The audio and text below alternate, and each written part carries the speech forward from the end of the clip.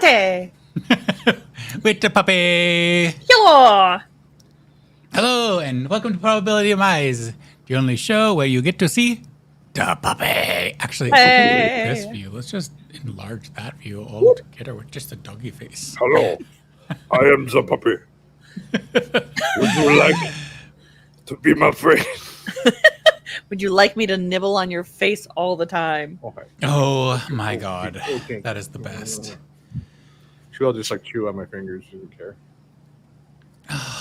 It's one of my neighbors has a dog that likes to visit with me now and looks for me, and I am so appreciative of that in my life. Speaking of appreciation, I want to say how much I appreciate somebody on this call today. She just got older. Ah, you shit. It's Buffy. Way to help me, Jesus. Oh, yes, outing people. That's what I do best, apparently. I might have had a bad mistake where I ran into someone on the street, and it was just I was so excited. I was very enthusiastic, and they were not they did not expect to see me and had somebody with them that I answered a lot of questions without any questions being asked.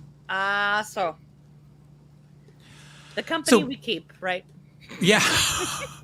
Welcome, esteemed listeners. Gather around, oh, you adventurers of dice. I am Rick, your guide to the mystical realms of probability of demise.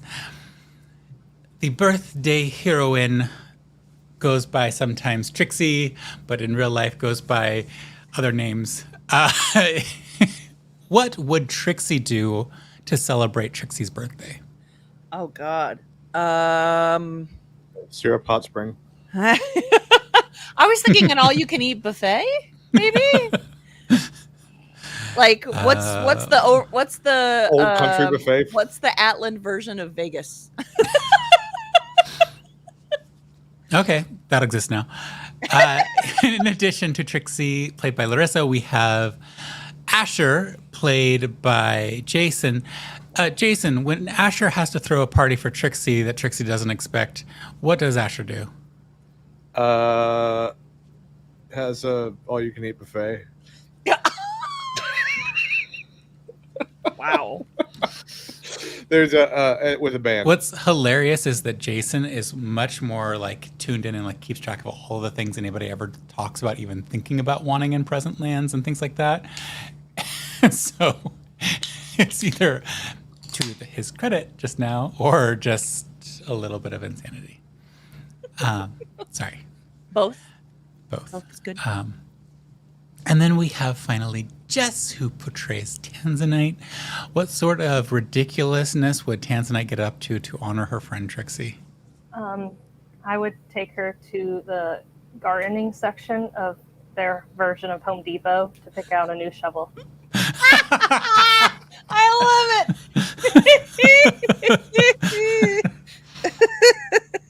Atlant Home Improvement Store. Here we go. It's rather than books, brunch, and booze, it's Buffets. Sorry. Buffets, shovels, and Buffets, bands, and what is a B word for digging implements?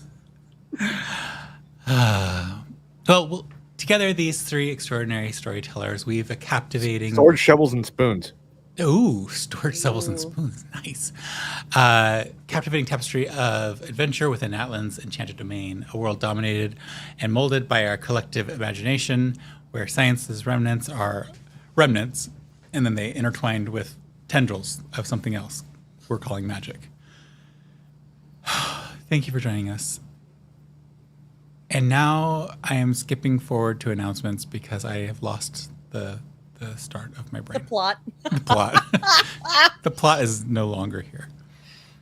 If you are interested in singing with the Stonewall Chorale, which is the nation's, I'm getting a little bit closer to the mic. Okay.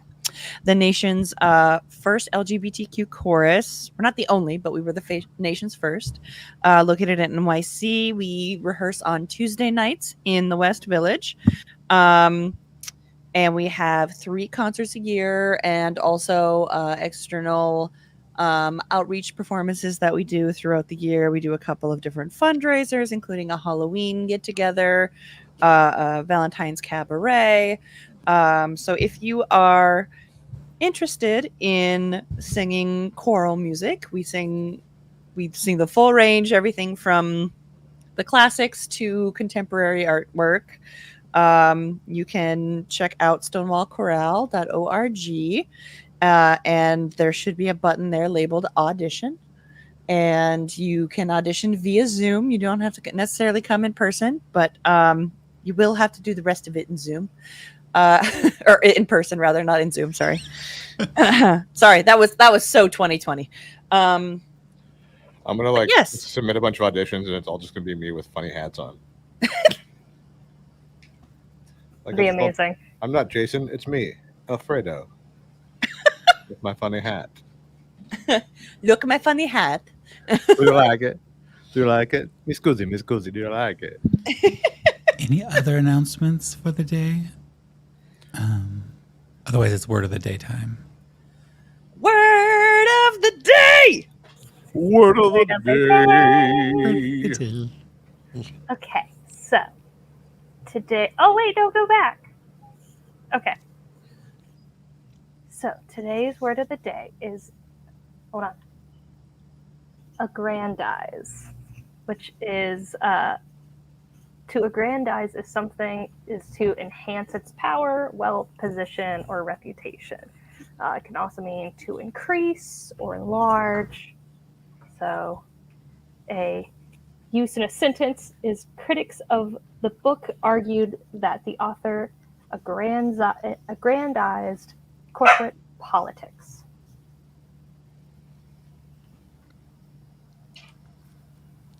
There you go. I feel like that's straight up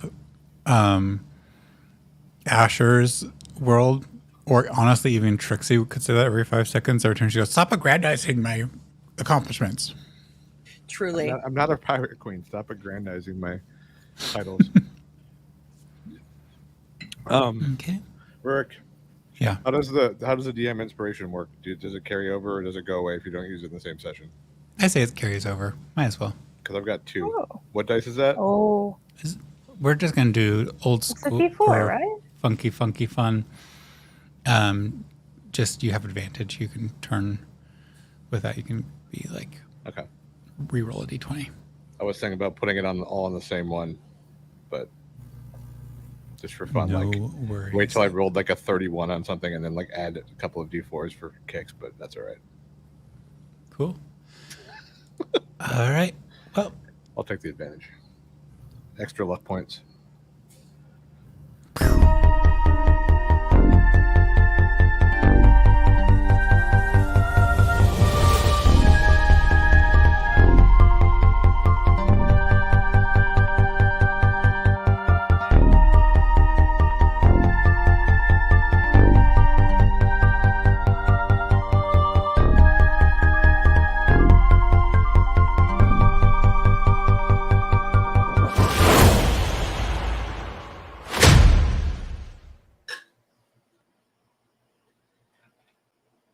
Hello?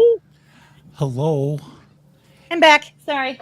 Andy did catch us, and I think Jason started running a banner right there with shirts and merch and ridiculousness that will be coming. So, all the fun things. My goal is to revamp all of that before New York Comic Con and possibly have a Redbubble store up by then. So we'll see. I have some goals too before New York Comic Con. One of them is moving. I feel like that's the one you should kind of focus on, but you know. Detail. Maybe even Patreon or something in that vein. Oh, that would be really cool. Yeah, I've been thinking about a lot of ways to do some adverting and stuff like that. So hopefully we can get into all the fun things. But we're here to tell the story and have fun right now. So We need Andy to subscribe to our Patreon for $4 so we can each have $1 a month from our Patreon.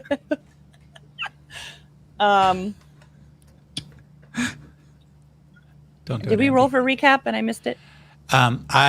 Your screen went black, so I riffed and switched to our thing, and Sorry. now we'll roll for Sorry. recap because that Sorry. was I had Me to trying- distract the doggos. No. You were doing good works. I just realized that I I was needed to doing the do. good work. I was doing God's work. I have a second monitor that shows us in the delayed version, and in the delayed version, you just gave me the same look you gave me in real life. So I'm just in a little bit of a confused zone. Oh. You both, two versions of you both gave me a look of like, really? I liked it a little bit, which is kind of creepy too. Guys, new income streams incoming. Andy says he's going to donate $5 so we get $1.25. Woo! Now that's enough to buy an Arizona iced tea with inflation. Does that include sales tax? No, never mind. And it's New York sales tax, so that 99-cent iced tea is probably $11. All right, so roll for initiative. No, a roll for recap. I'd rather roll for initiative. 14. 15. Remember when I had to do recaps every week for like a year, and then now it's been a while. Yeah, you've been in the black for that. 20. Ooh. Wow! Pew, pew, pew, pew, pew, pew. 4. Okay. So this might motivate you to listen to the podcast in between sessions. No, the thing is it's not that I'm not motivated. It's just my brain finds other things to put in front of my eyes, if that makes sense.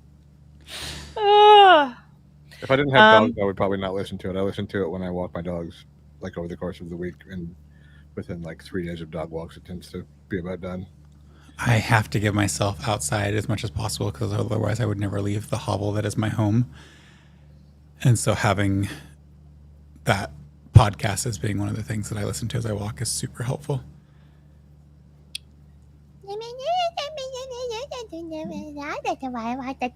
Sorry. Wow. I mean, I'm just going to roll for perception. I don't think I picked up on the utter. No, that was a natural one, huh? Somebody's got a high the thing voice. is like I remember. I mean, what I did eventually, thanks to Jason, kind of reminding me before, but I don't remember what. Did y'all just go shopping more? Got it. Yeah. And Armor, this rifle, is invisibility revealed that Larissa just fades out when shopping is occurring. Which was also very tired last week or 2 weeks ago. You were kind of in the zone anyway. Oh yeah. No, unless I'm looking for something, it's kind of like me in real life. Unless I'm looking for something specific, I find shopping in any form, in any reality, hard, difficult. Yeah. No. So like I need a list. I need a goal. Otherwise I'm just like, okay. So any here. I'll start off with what Trixie. Yes. I'll start off with what Trixie and Shep got up to. So,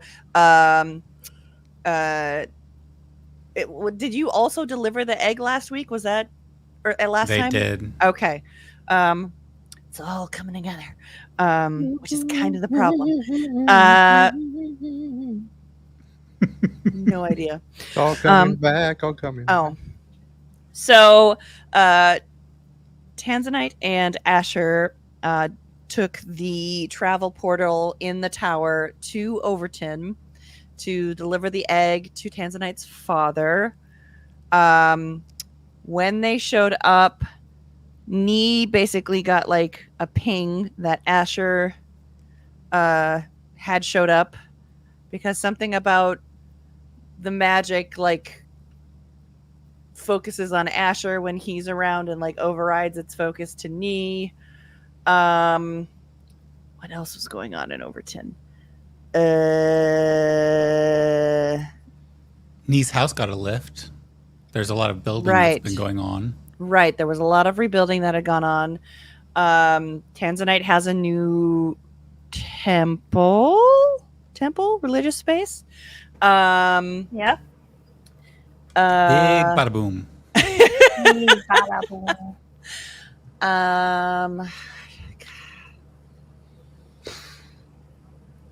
So Demons. Right. Well, yes. So apparently, basically anything that they can't explain of what it has been kind of coming through, I guess, the rifts that have been kind of showing up. Yes? Is that what we're calling them? Aside from you all, I don't think anybody's actually seen one of the locations from which creatures are coming out of. Okay. And I think mostly you are the wealth of knowledge around what exactly has occurred. Okay. There are a Except few for maybe the space lich. the lich. Yeah, the lich knows intimately Yeah. some of those areas and has definitely a prejudice against letting others in through. But then you also have things like that tower that just showed up. Mm-hmm. But they could just do that, right? That's not like a They have a spell that leaps into a new dimension every 5 years. yeah. So, anyways, basically, there's been instead of dragon attacks, there's been like demon. It's a broad term attacks. Oh God, I really didn't retain anything. I know that when y'all brought the egg to Tanzanite's dad, he was kind of like, an avocado, thanks. Like, We left it in the closet, He was sort of like, I don't want this. right, and then we put it in the closet and said that it would be his and Nee's problem. right. And I can't remember the name of the idea dragon, but she saw it and she was like, I don't want to be no mama, and we were like, what? And so she explained that basically any dragon egg that is in any sort of real proximity to a certain type of dragon, that's the type of dragon is going to end up being. We explained, yeah. It was called. We explained,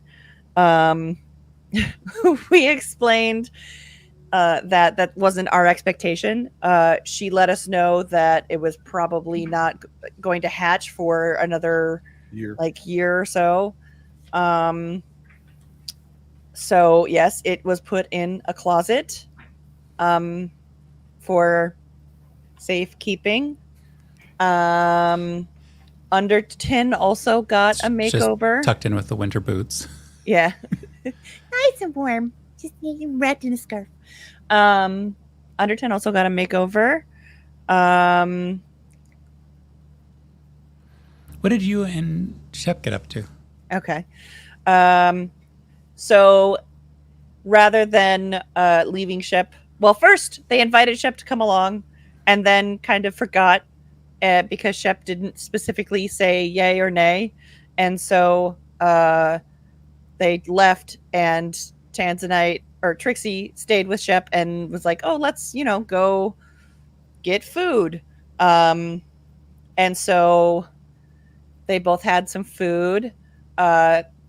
Trixie was kind of trying to understand Shep a little better about what his likes and dislikes were and what things he enjoyed doing.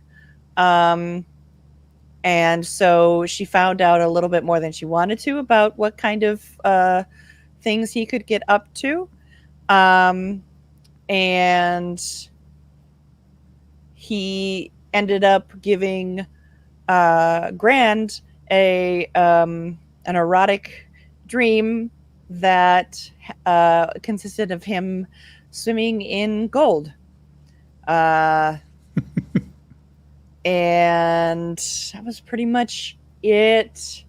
Trixie asked for some of the basically asked for some of the homemade mead, I think it was, that she and Asher had sampled the day before, whenever that was, and tucked away some of it for future use, an undetermined future use. Yeah.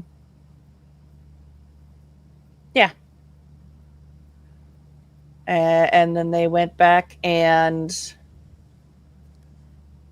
but that was before they took the egg, wasn't it? Yeah, because they did the shopping. So, but I mean, the in chronological order, Asher and Tanzanite went shopping first, and Trixie had snuggled up with the egg and was Yeah. But You have Yeah. a little vial of some hallucinogenic mead. There's tucked away somewhere that nobody knows about except for Shep.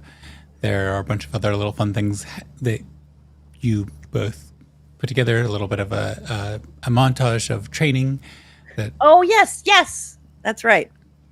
you're both yes. left a little sweaty from. You've learned a little bit more about Shep's capacities and abilities and some interesting little things that they can do. And kind of as that was all coming together, and I'm just going to wrap up for us. Sorry. You all, because we could go on, you all are coming Thank you back for putting me out of my misery. together in back together in the tower. Asher, the spell is cast. The portal beckons. We shall go through the portal. Tanzanite standing there silently. No, if he goes, if he jumps, I jump. It's the most romantic moment of the entire show. If he jumps, I jump. They walk through the portal. The door shuts behind them. So yeah, you're all in the tower. Trixie and Shep. Trixie a little bit panty from the workout. Shep not really showing, but there was definitely like a point at which the physical interaction, just the physicality of doing kind of like a battle-based workout, he started to get into it, started really enjoying it. Asher and Tanzanite, where do you head first? I'm gonna go look for see if my armor's ready. Awesome. They were enchanting it. Yeah, it's only been a few hours, but when you go up there, you do see that they're putting some final touches on. You see that the space has transformed a little bit, and there is someone who's going around. It's like this is when all the workers got involved. There's cases being cleaned. You can see somebody doing some repairs of things. It's not a show place right now, and you can see that there is an oldish gnome-ish individual sewing pockets onto what looks like your suit. Pockets. Yeah. I do love pockets. Okay. See her working away at that. Do you approach or leave them Sure. alone? I will walk up and be like, "Hello, I believe this is my suit." Would you like 12 or so more, or is this good? And she lifts it up, and you can see from the inside seam that she has been working through, and she kind of flips around. There's like 12 or maybe even more little tiny pockets hidden all throughout the suit jacket. Oh, this is great. Thank you. Beautiful. And then she takes her little silver needle, places it at that seam that she was showing you through as she flips things through, and you just watch that needle work by itself, zipping up the seam, and she hands it off to you.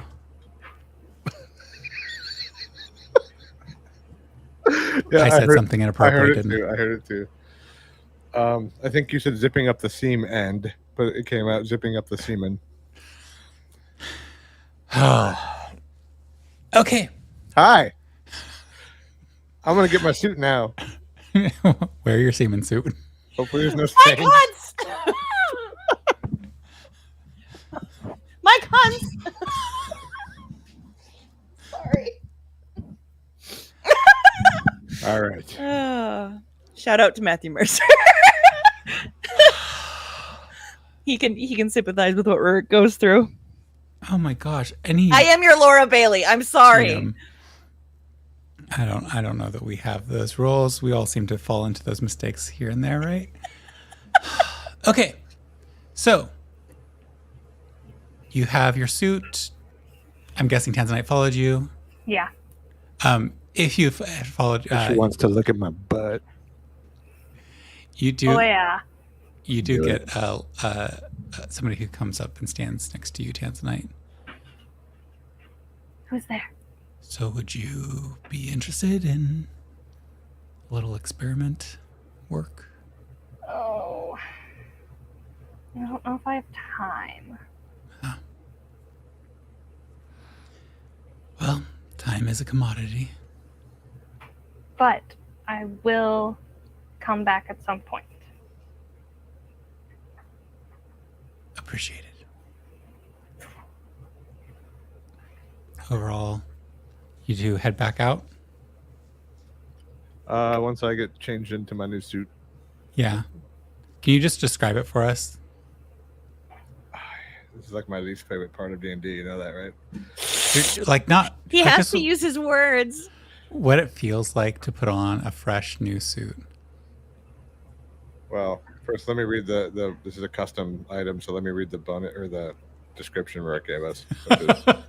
You have a +3 place bonus to to AC while wearing this armor. Additionally, if you believe in fairies, you can fly. Once a day, the suit can be used to cast a fly spell on the user. The spell lasts for 1 hour, and each charge the spell lasts for 1 hour for each charge and does not require concentration. When out of charges, the suit has a chance to cast either Featherfall or Plummet. Do these charges recharge, or is the 6 charges like that's it? It has 6 charges, and you don't know how to recharge it right now. Okay, When you attune to it, I can share that. gotcha. Cool. Cool. So it is Cool. like it's sort of like Asher's travel suit, but it's like much fancier. His old suit was red. Let's say the new one's like black, like kind of sleek, like cooler, like looking material, like more expensive looking. And then he just like puts on his old bowler hat with this fancier suit. Nice. It's like the Indiana Jones moment. He dresses up in the tuxedo for that one party he has to go to, but then he still sticks the old hat on. Exactly. Nice. Yeah, so you're dressed Tanzanite. He's looking very well turned Dapper. out. Dapper. How you doing? There's a wolf whistle from a small gnomish woman. Yeah, she likes it.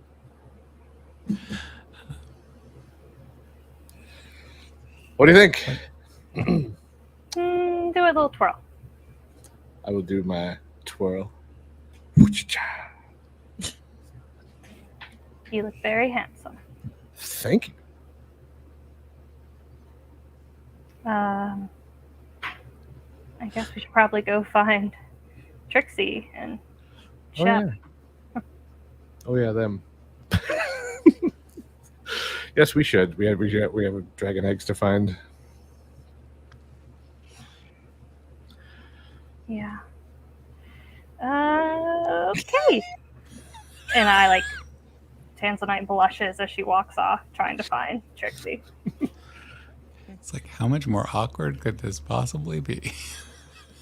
Bet. So we can make it more awkward.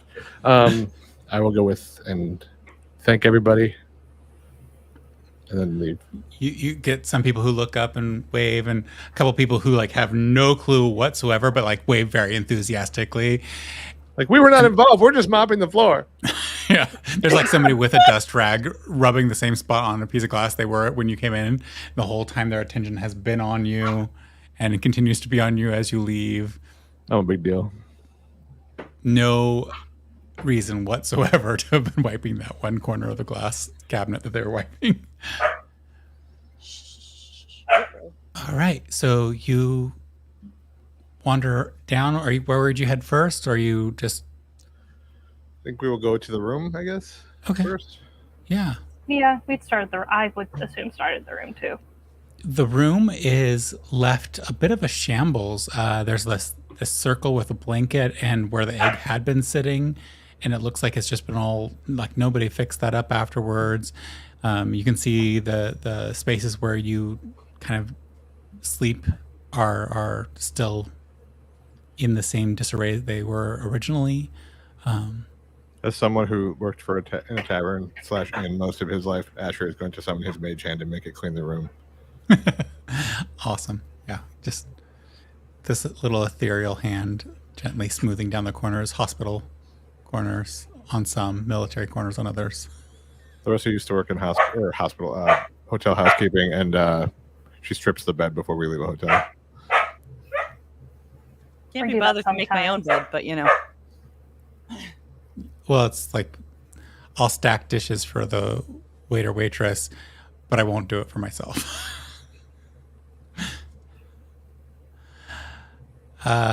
Okay, so she's not there.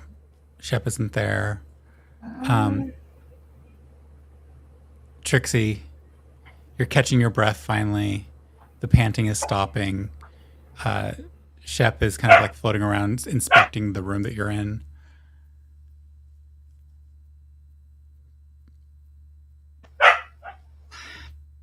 Y'all. Hang on. Okay. Let Jason come get this dog. Okay.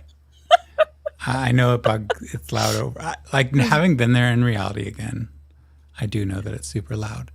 It's not that loud. She ate hers. Over this. Wouldn't surprise me. I gave them chewies and hers is gone. Shocker. Okay. She needs the titanium one. Seriously. Well, it's been a long time since your friends went shopping and then left with the egg. I don't know about you, but I could probably stand to freshen up a little.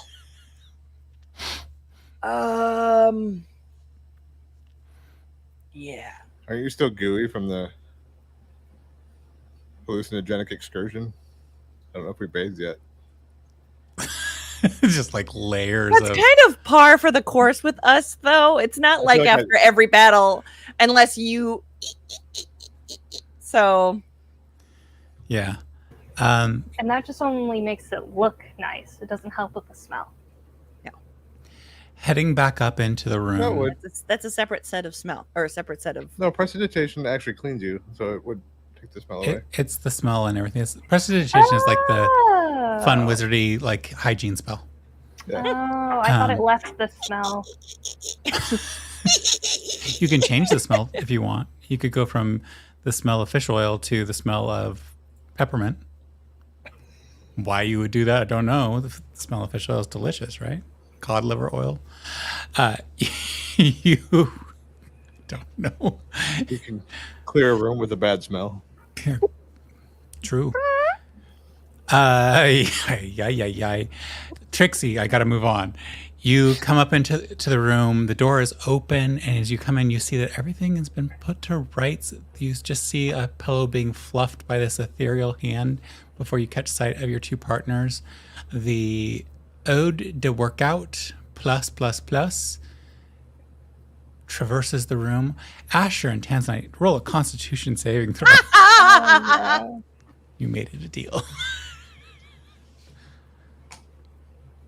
19. Oh, I just want one of you to like nat one. I didn't nat one, but I'm not far off. Loading. Okay. Loading. Saving throw. Loading. 7. Tanzanite, you were having a moment where you were quietly checking out Asher when he wasn't, attending fully. Just checking out this new suit, seeing how it fits. Just having that like peaceful moment, and then the odor. And you start to gag.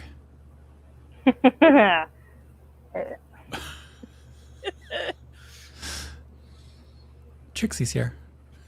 I have no idea what we're doing next, but the first thing on the list should be everyone take a shower. Sorry, I was just keeping myself busy while you guys were gone. How did it go? Good. Good. The egg is in a closet.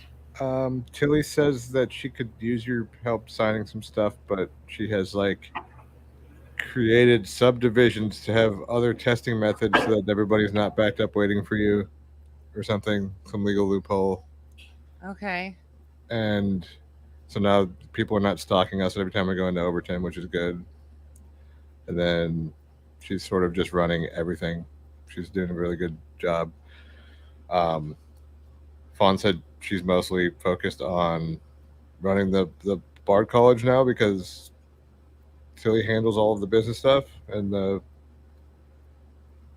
spy stuff. So things are changing, but good hands, I guess. Fawn's getting married in a week and wants us to come. Oh yes, we must be there. Okay. To a man named Grindel. There's a G. I can't remember. Burrick, help me out. Wait, I want to know I- if Rurik remembers. I just listened to it a little bit ago, and I was writing it down on another thing that I don't have in front of me.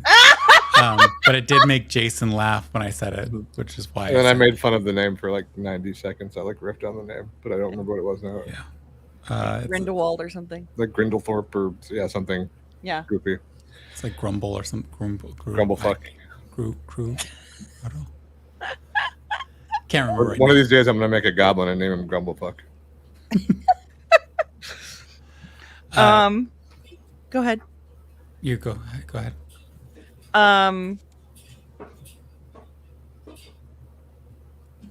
And now she's upset that she's being left out.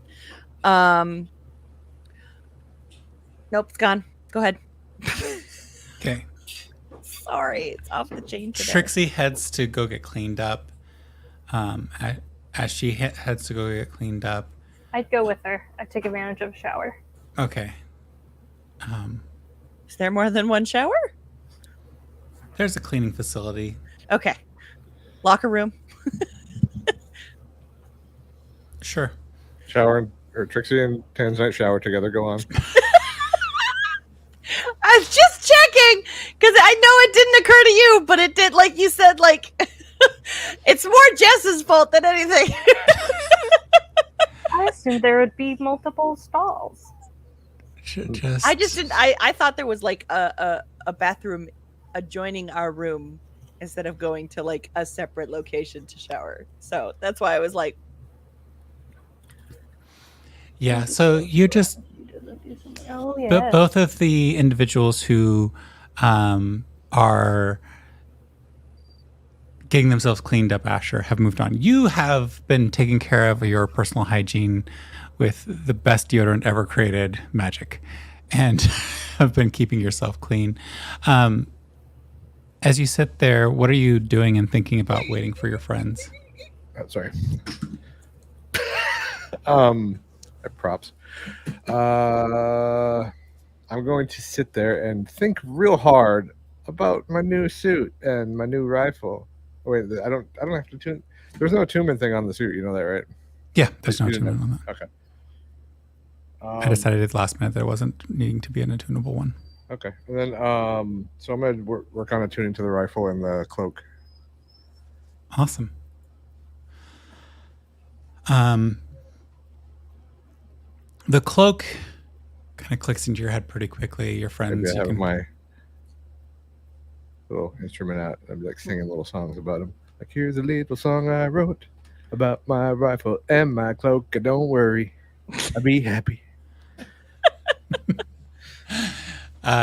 you things go really well with the suit. The suit just or the cloak seems to click in really fast. The suit, since you've been wearing it, you can feel the silkiness is kind of strange, and as you move, you can feel like that silk is absorbing something from you while you're in motion. Okay. Go ahead and roll an Arcana check.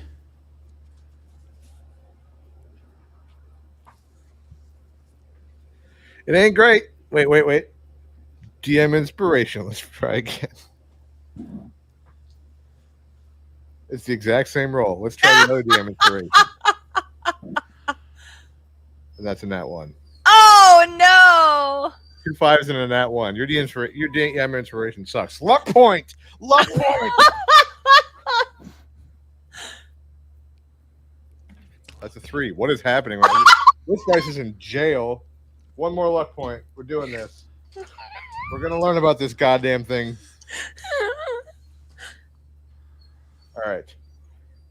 17. 2 luck points and 2 inspiration rerolls later.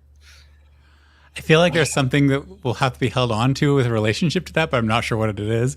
But as you become attuned to the cloak, you also are you've been moving around, kind of like messing around with it. But your suit is, as you've been moving around, you have this alone time here. You start to realize that it's picking up ambient magic and absorbing it. And as you kind of watch that occur, you get the hint that it probably recharges over time. It is not a recharge by like sunrise, which is often what happens with some of the magical things, or by moonlight or anything like that. It's, if you took this off and stuck it in a closet, it might literally run out of energy. But as it is, you get the sense that it will recharge 1d4 charges per day that it is worn. Okay. But it has to be worn. It cannot be unworn. It will not regain charges while it is off. So if I sleep naked, it won't recharge? Yeah, it won't recharge during that time. I mean, you can wear it and then have like a normal amount of wearage. You don't need to wear it to sleep in if you don't choose just things. God. I don't know what is happening today. You have to have but actively worn it. Is it a full moon? Hang on. Probably. All right, so you have that connected, the cloak connected, the rifle. What was Asher thinking about, you asked? He's been thinking about his friends showering together. It's my fault. I'm sorry. It's my fault. I will take as you turn your attention to the rifle, I would like you to go ahead and roll a charisma saving throw. Ooh. Is it an evil rifle? Ah.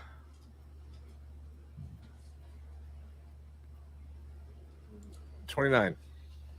29. With a 29, you can remember what they had said about, or what you noticed about there being an attachment.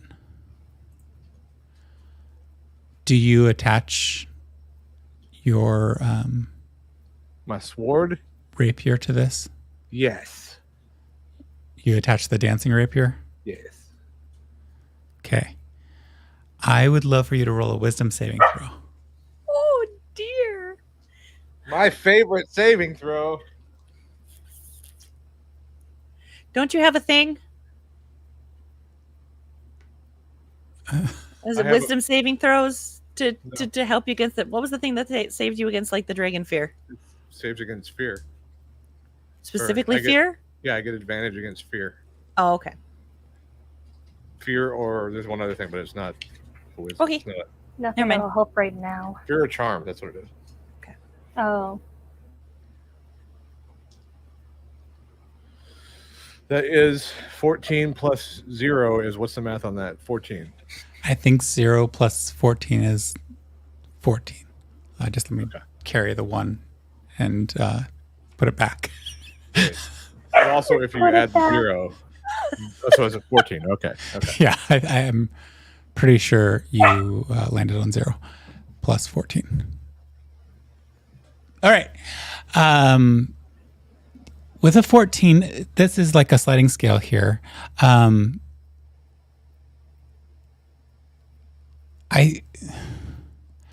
roll a d20 and 1 to 5. Well, I won't tell you what those things are, but you're designing something right now.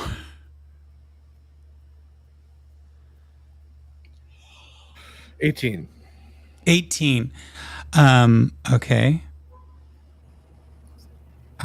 Roll a d12.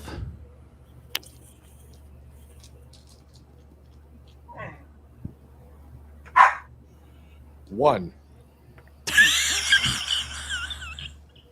Let's not get into combat today, guys. Okay. Oh, Who God. keeps muting and unmuting me? Stop.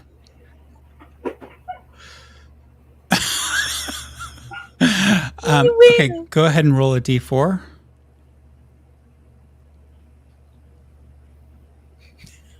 I just had like a flashback to a work thing. I'll have to tell y'all. Also after. one.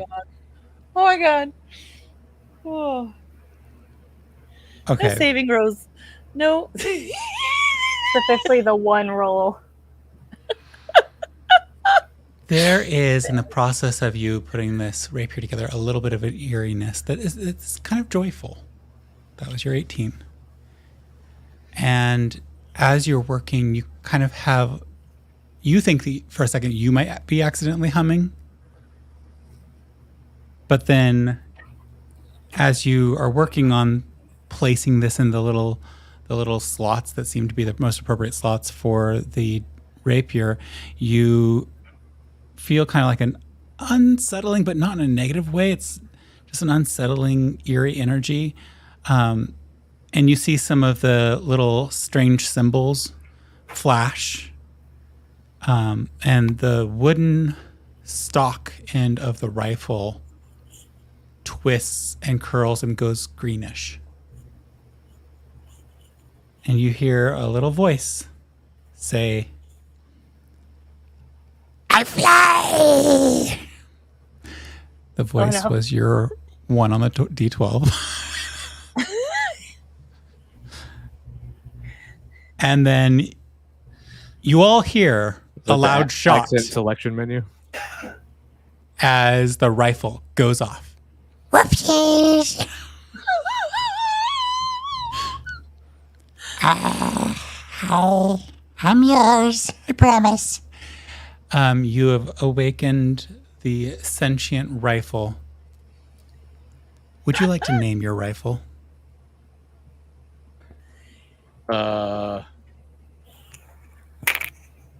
Grumblefuck is taken by my future goblins. Let me think.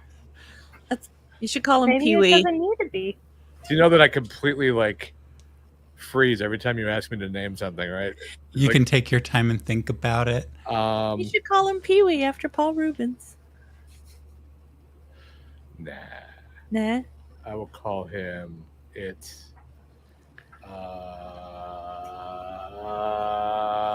on.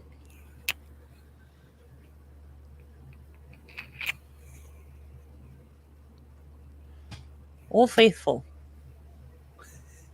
Not so faithful. Come back to me. You are telepathically bound with this rifle. You can, as a bonus action, tell it to move to a different location using the dancing rapier's capacities. And you can tell it to fire as an action. You get to decide if it is multi-shot or single shot to change out which magic effect it uses. Does require it to be in your hands. It is a hand selection to choose between poison, frost, fire, etc., etc., etc., etc. But otherwise, this little rifle kind of just whispers and cackles every once in a while, chortles to itself a little bit, but it's in your head. Fire again! Fire again! If this was the accent, I think, you know what? In honor of my dog who passed away about halfway through our seasons of this podcast, I'm gonna name it Boomer. That's a good name for a rifle.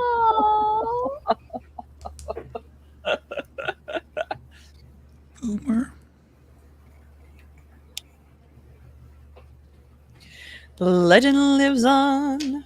Oh. Trixie and Tanzanite, you have heard a rifle shot at close proximity.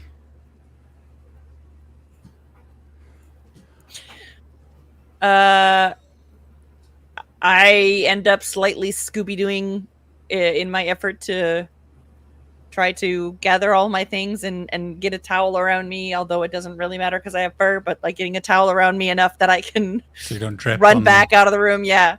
But I'm like whoop, whoop, whoop, whoop, a little bit trying to grab everything and get back to the room. You see Trixie Tanzanite just like grabbing her stuff and racing off. What is your reaction to the sound of the rifle and to your friend packing up and running out? Oh, she's got this. And then I finish up, take my time, put my hair up in a towel, and then I'll come out. You're sniffing each of the individual scented soaps that were left behind to really choose the appropriate one. Now that she's gone, you can steal her conditioner because it definitely smelled better. Yep. Trixie's Dang got it, I that. forgot something. I hope that she steals. You should make her roll, and if she rolls in that one, she steals the hair growth conditioner from the dwarf.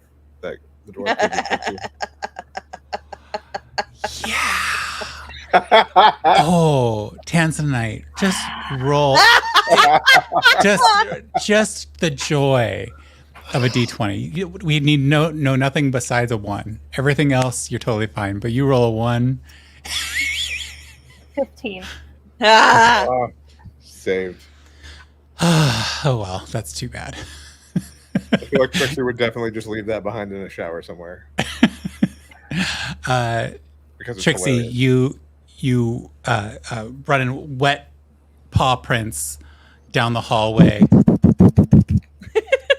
Maybe like up on the Screeching. wall a little bit. Probably screeching around the corner, busting in through the door. You see Shep, just like a shadow on the wall, basically, just carefully edging towards the door that you are bursting through, and a rifle floating in the air. Meanwhile, Asher is in the new suit with a cloak in his lap. Well, actually, you can't see a cloak in his lap, but it looks like he's holding something in his lap, looking up at this rifle. Do we need to fight that? No, I think I accidentally created life. Sorry. As you hear a fight, the rifle and swings towards you. You there? No, don't shoot my Whoa. friends. Whoa, Bad, As you bad, bad. as you say bad, it kind of lifts up and uncocks. Boomer sit. The rifle just sits its butt down on the floor of the room. In your head, the entire time, you just hear. We're gonna need you to dial it back a little, buddy. What did I do? Not you. It talks to me in my head. Seems Tanzanite! friendly enough. Tanzanite, despite head in the shower with foam and everything like that, you do hear your name called from down the hall. Okay, if I'm not already drying off and whatnot, I get my towel, get dressed, go. As quickly as possible. Do you have I'm like just- a wind spell? Like I just picture Tanzanite blow drying her hair with magic. She does have the prestidigitated hair cantrip. What is that? Animate hair, yeah. Animate hair. So your hair just kind of like wrings itself out and puts itself together in your perfect coif. That's why you always have great hair. Is it's actually just a constant cantrip. I love it. Yep. Yep. What sort of hairstyle is it going into on its own as you make your way down? Right now it's one of those simple, like half up, half down, braidy up top things. Nice. It's simple, but yet ridiculously complicated by anybody else's understanding of what this could be. And as you just walk down, you have, just you walk in and you can see there appears to be a rifle on the floor, seated up, somehow being balanced very carefully. Trixie looking as she does, wet and concerned, and Shep on the wall near the door, actually trying to edge past Trixie at this point to get out of the room. He's saying that the rifle's talking to him. I think I accidentally created a living item by combining two of my other items. You just hear in your head, "You wake me up, yeah, doggies." It says I woke it up. Is it gonna hurt us? Is it evil? I don't think so. Also, yeah, sure, it swung on me, but not you. What the heck? That's because I told it to stop, so it did. Oh, so you have control over it. That seems pretty normal to me. I have voices in my head that y'all don't hear. I think you're aggrandizing the amount of control that he has on this thing. I think we need a little bit more gun control than what we've got going on here. Mm. The inspiration is Larissa's.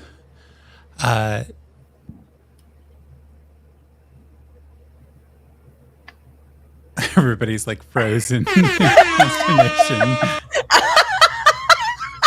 I'm gonna start doing that every time the word of the day happens.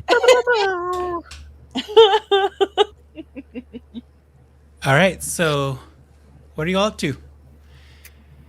I mean, this is a standoff of some sort. Do I need to? I just kind of like. Does my rifle have a sling?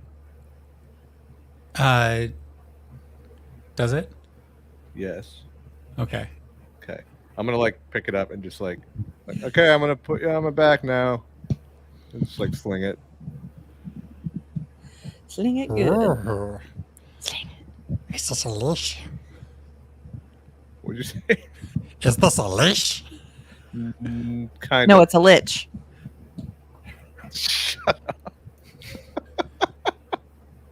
So you're on Sorry. Okay. And as you put it on your back, you don't feel the weight of it at all because it is hovering. When you move a bit, it almost seems to just be hovering with you.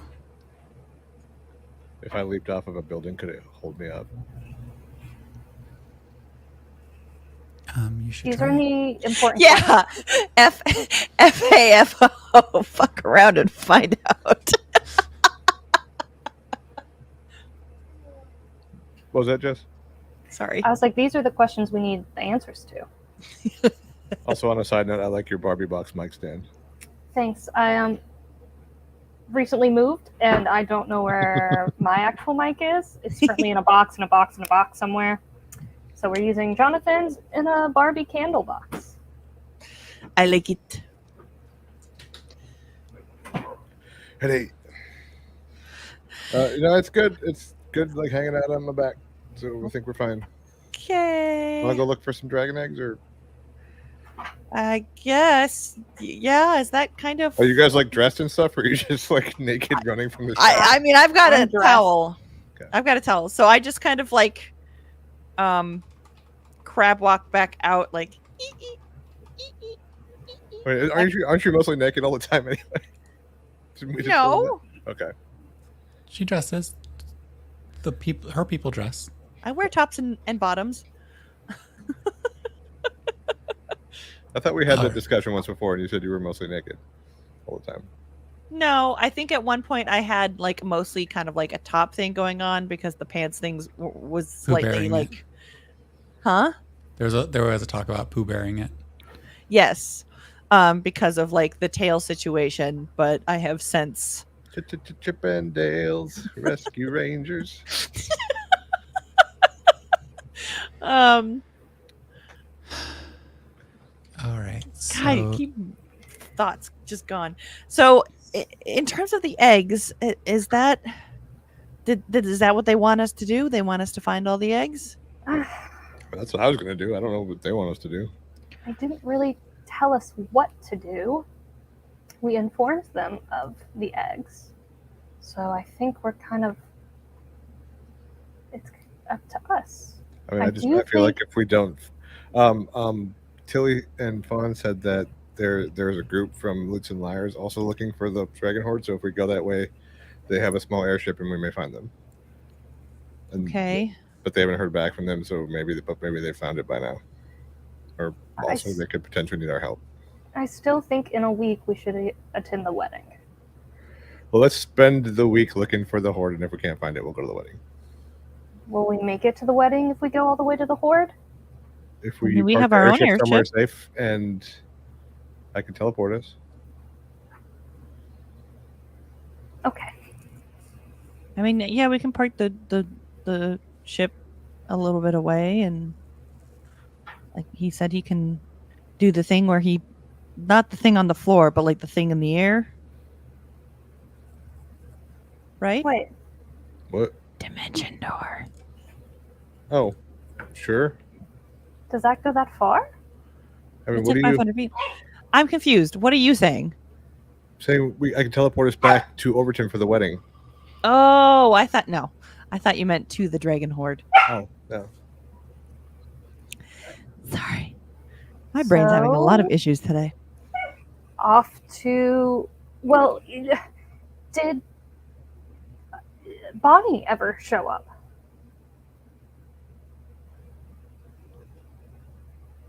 I haven't seen her.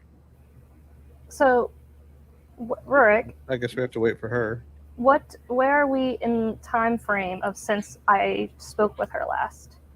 It's been most of the day since your early morning conversation with her, so you've probably past 16 hours. It's coming on to evening even outside, although you've been inside for the last hour or so. And remind me of what exactly she said? She had gotten delayed. Yeah. Got stuck as a tree, in a tree. Yeah, but she was Tried on to her merge way. with the tree and got Yeah, stuck. okay, that's what I thought.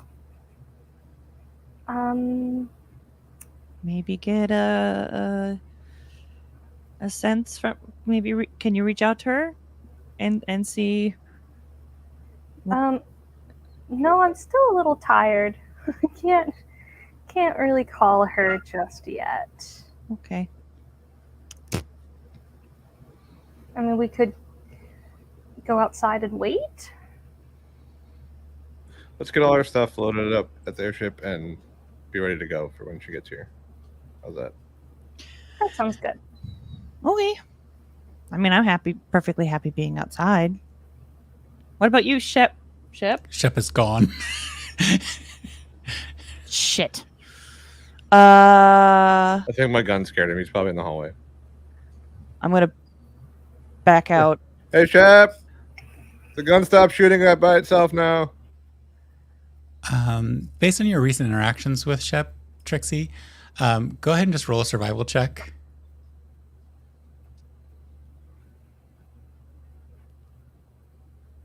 He didn't get shot when it went off, did he? 16. 16, great. So you see little tatters of shadow that seem to be fragmented from where they should fall, leading down the hallway and up the stairs.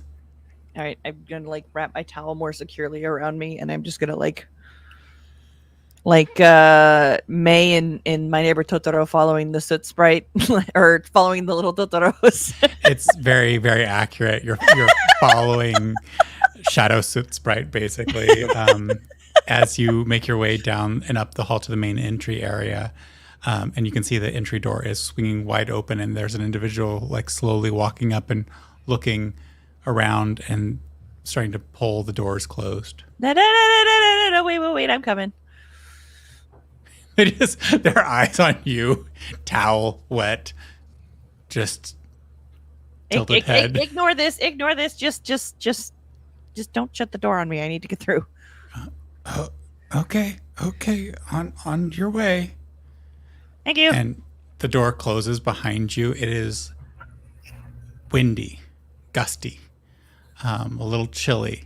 The night air. I've got one hand up here and one hand on the bottom. The evening air is definitely causing your fur to it's great for removing moisture. It's just doing it in the most cold way possible, as we all know. If getting out of the ocean or a pool on a very breezy day, it's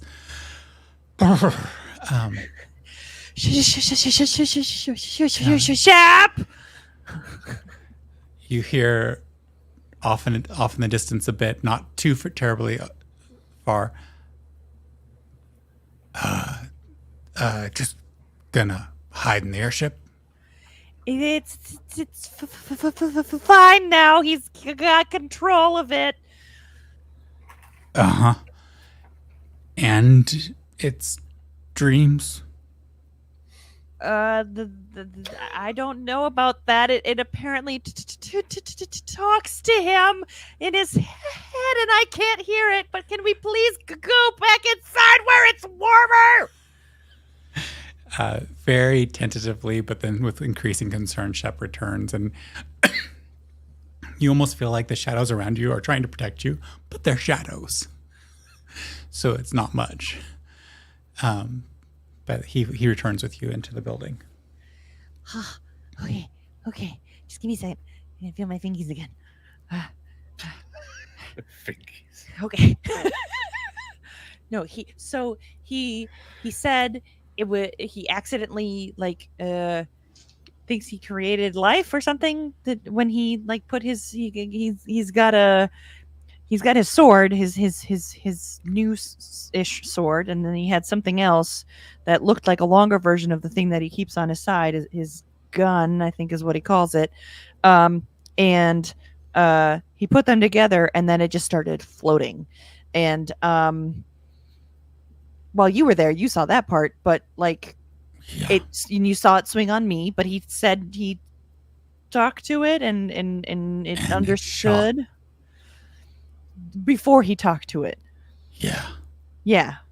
And it's obsessed. Obsessed with what? He reaches out his hands, but so you can see he's actually nervous about reaching out his hand this time. I'm gonna hate this, aren't I? Yeah, I hate it too. Okay. She holds out her paw. You are ripped out of your current space, and you are witnessing an ancient war. Something where all of the people look very, very different from what they do today. That the styles of dress and what they're wearing, and that mostly they're using very primitive tools, nothing refined or highly advanced or anything like that. But there's one small figure, dark skin, long wrinkled ears reaching out quite a distance. Ouch. Jabbing myself on my own desk. And they have all these accoutrements all over themselves that they look like almost what you would expect a bandolier of blades, but instead of blades there's small vials, like the vials that you use to hold small amounts of potions and samples and things like that. Kind of a bandolier of those, and they keep shoving new potions into this long stick that does not look that different from the rifle you saw in Asher's on Asher's back after he had corralled it, and this creature is grinning manically, sharp teeth, very visible, long red tongue sticking out as it pops another vial into the back of this stick-like shaped creation, lifts it up, and fires at another one of these people who have spears and stones and very simple weaponry.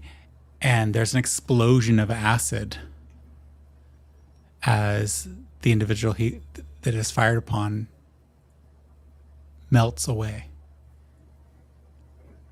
I jerk my hand back if I'm Yeah. able to kind of feel that.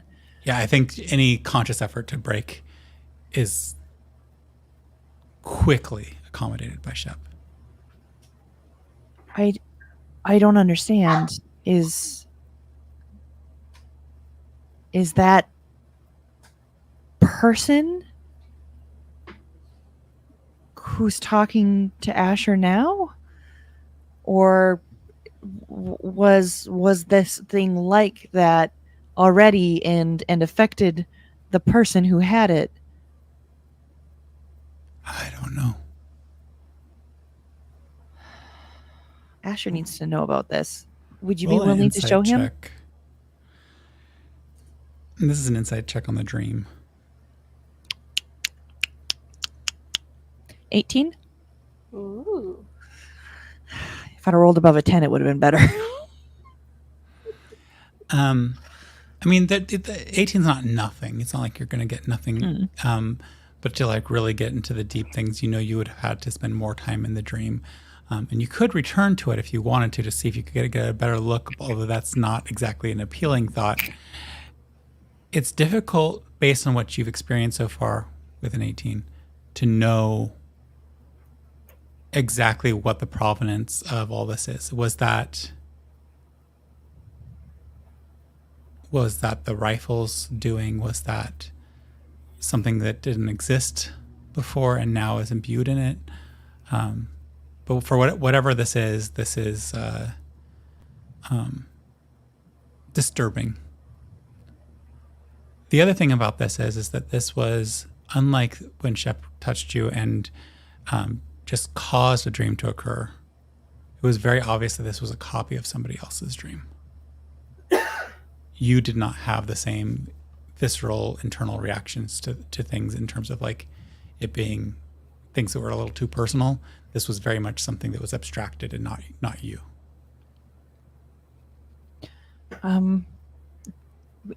We should show this to Asher. Would you mind? I could do it in the morning. Okay. I've kind of used up my... Yeah, we're all kind of tired. Everybody was going to come down, and we're waiting for Bonnie still, so we were going to come down. Outside. Oh, you did? Okay. Yeah, she can't come in. Well, that's weird. Okay. Why don't you go back to the ship and I'll go get dressed and my things, and everybody else tell everybody that you're waiting for us on the ship and that Bonnie's here, and be back in like a few minutes. All right. Okay. And he just turns around. The doors open on their own and close on their own this time. As this time he remembers to actually close the door behind him. Not in a rush. Got it. And you recognize the thaumaturgy Got it. being used. Okay. I'm gonna like soft pad my way back up and try not to drip any more than I already have. There's already a trail. Like if Asher or Tanzanite, if either of you had tried to follow Trixie out during the interim, there's a clear wet trail. I'm going to go back like over my own tracks so that I'm not making a second wet trail going back. Unless I like bump into someone, like if it's like a two-way thing. You know how it is when you put a towel on your foot to like clean up your own wet spot, but the towel's already kind of soaked? That's kind of how your fur acts. And so you kind of absorb and yet just smudge the same footprints as you go back and make your way. Instead of footprints, it now looks kind of like a snail trail. It's like yeah. Tanzanite, Asher, did you just stay in the room? Were you talking to each other? I don't know what I would have done. I probably would have went into the hall and then waited.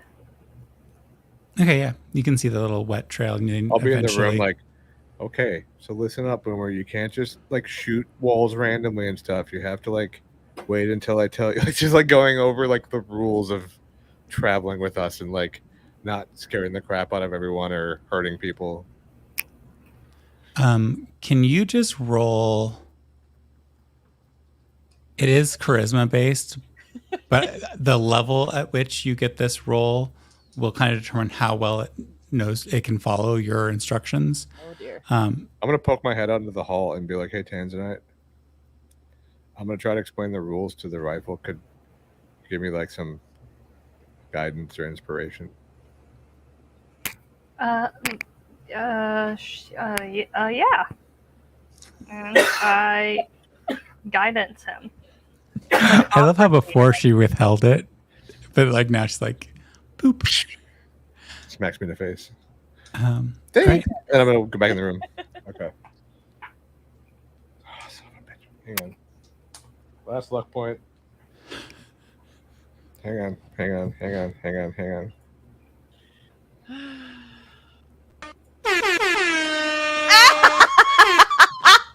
Finally, a luck point paid off. Thank God.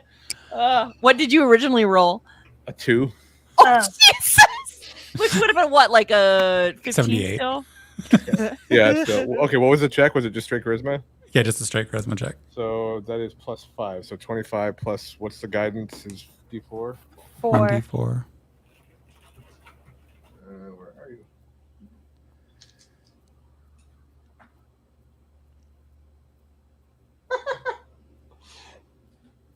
+4. Hey! So 29. Yeah, awesome. Rolling all ones. You hit a moment in this being's space in life where it is very attentive and it seems eager to have the structure you provide. Every concept you share, every rule you have, it's very much, and it's like categorizing them and it starts numbering them. Oh, rule 32, do not shoot friends. Rule 33, do not shoot friends. Rule 34, maybe shoot friends. We all know Rule 34.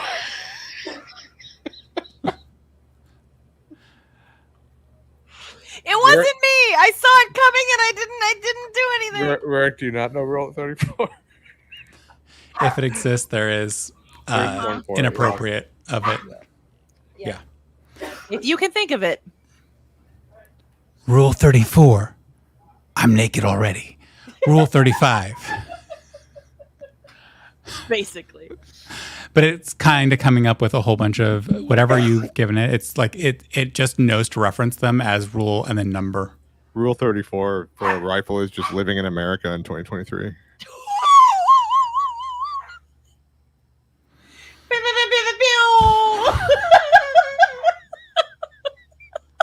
Okay. This is psych. This is not a D&D podcast. This is a political cut podcast.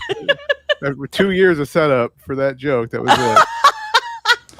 That was what we've been That's working totally towards. the first political comment we've ever made on this podcast. No, I'm just saying. Among the rest of the chaos of tonight. So painful. All right, y'all, back together. Tanzanite, you see Trixie coming down the hall, making the wet trail a little bit smoother. He's fine. He's fine. Bonnie's here. She can't come in. So I'm gonna get dressed. Why don't y'all get your stuff and head down, and I'll be down in like 2 shakes of my own tail. Okay, that sounds like a deal. Roll a dexterity saving throw, Trixie.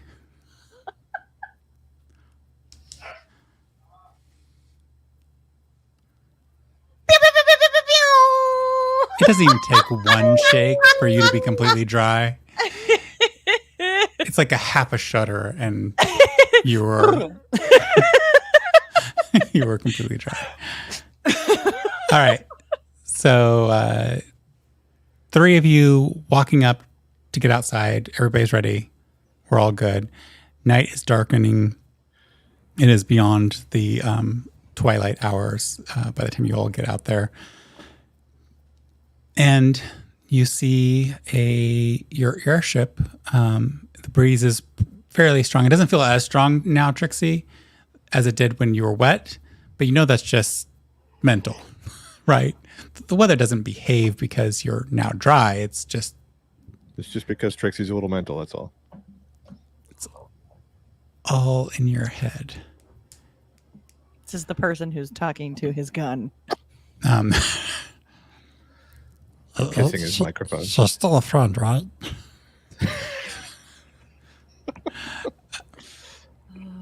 As you head down into the area of the ship, you can see that there is an oak tree that wasn't there before, cradling beneath the airship. Is that Bonnie? Yeah. And the oak tree splits open a little bit, and there's Bonnie's face. Oh, that's new. Did you? So maybe I didn't fully get out of the thing that I warned you about there's something weird going on. Do you need some help? Maybe. Or we could cut you up. I don't think the tree would like it. Since the tree is me and you see one of the branches reach down Oh, and well, wave, that's different. I then. would really not like it. Huh.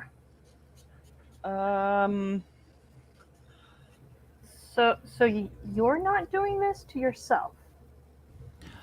Not intentionally. There's a... Well, I guess I've been doing some experimenting on accident. Bless you. Thank you. I know what happens if you wait too long.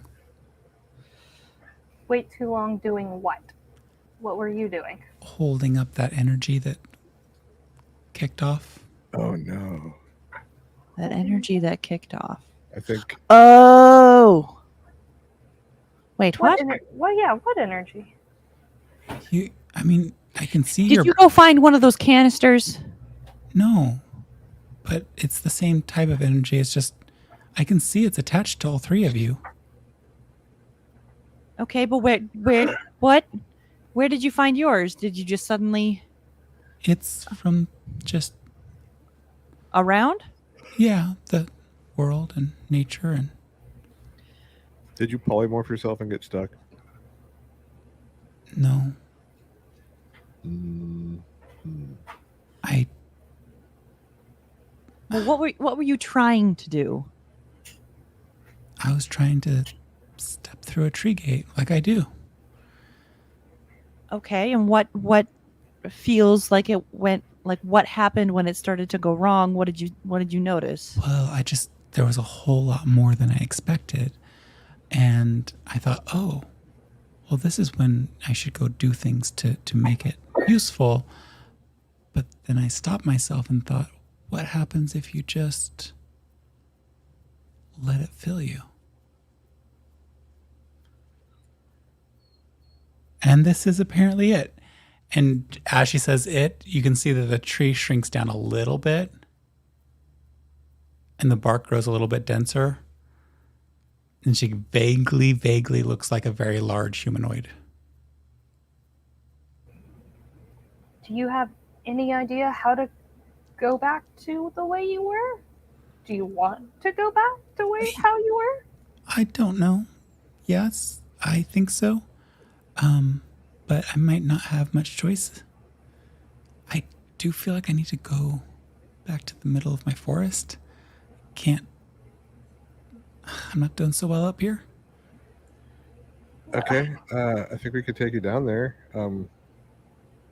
I mean, unless you have it's quicker for you to go by yourself, but you can certainly Oh, not quick at all. This is very slow. And you see the roots kind of pull themselves slowly out of the soil and painfully slowly start to move. But she's... Can you pull yourself up onto our ship? I might be a little heavy, but I can try. She reaches back up and grows once again. And as she grows upward, her branches interlace and then the roots start reaching up. And she looks less like a tree and more like some crazy giant vine monstrosity clinging to the bottom of the airship. And the airship sags lower. Like, it does not have the same ability to remain afloat with this extra weight. She's not gonna get hit by the afterburners or anything, is she? I mean, I was hoping she could get up on the I guess I don't know how the ship is shaped. Like, I'm thinking like a ship with sails and like I don't quite understand if there's like a deck. I To thought be there on. was, but is it enclosed, the airship, or is it open? I thought it was enclosed. It is enclosed.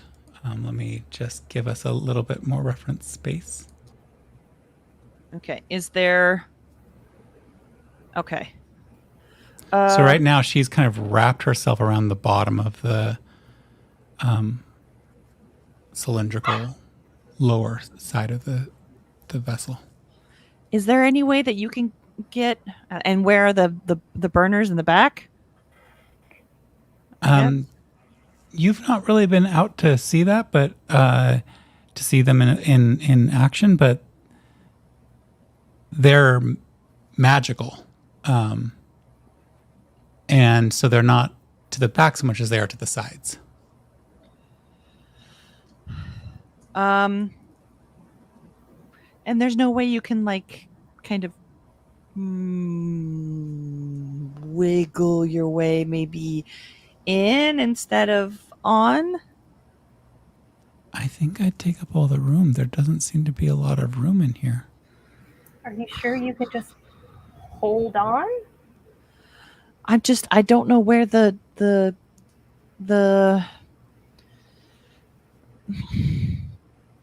part that makes us go comes out, and I don't want her to get hurt. Well, Okay. You could go in, fire it up, and then, if Yeah. you hear it, she can drop, right? Well, I mean, Bonnie, why don't you let go first, and then we'll see, and that way we don't have to literally put her in harm's way. That makes sense. Okay, but I don't think you had anything, at least when I saw you before as a hummingbird. There wasn't anything that would burn you if we take off? Don't think so. Okay. Can you let us know if that changes? Absolutely. Okay. I guess all aboard. And we're going to go back to your grove. Okay. All right. So y'all get in. All aboard. Flying away. Fly awake, oh glory. Asher, the moment you step on board, you just hear in your head, this is even better. Oh, wait. Pretty Rule cool, right? 63, do not interrupt the prestigious moment. Okay. And the airship... Not interrupt yourself. The airship takes off. Trixie driving again. Trixie, you can feel that the airship is sluggish with this weight. There were times in the other airship that you drove where you overloaded it. Airships can't take much in terms of just stuff. So it's slow to respond, slow to turn, slow to pick up speed, and it seems to have a new height limit. It just can't get too high. And you're kind of just really just scraping right above the treetops as you move forward. Yeah, it's the putt-putt zone. But eventually... Sounds like the name of a mini golf. The putt-putt zone. Eventually you get to that grove where you were originally met together with Bonnie and her various members of her forest. Woodland friends. Woodland friends. Bonnie and her friends. The Mickey Bonnie Mouse and Club Co. of the forest. Yeah.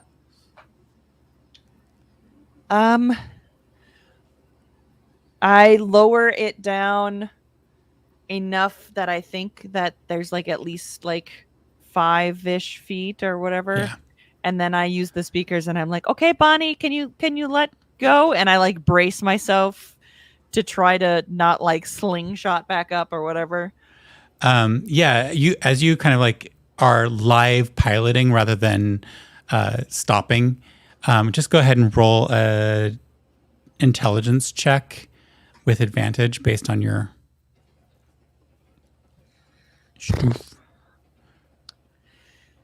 12. 12, and then we add your your modifier bonus. So what 12. was you're 19. proficient in airships though.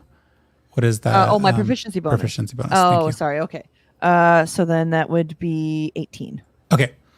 Yeah, you're just there, ready, and slowly. And let's actually see how Bonnie does on this.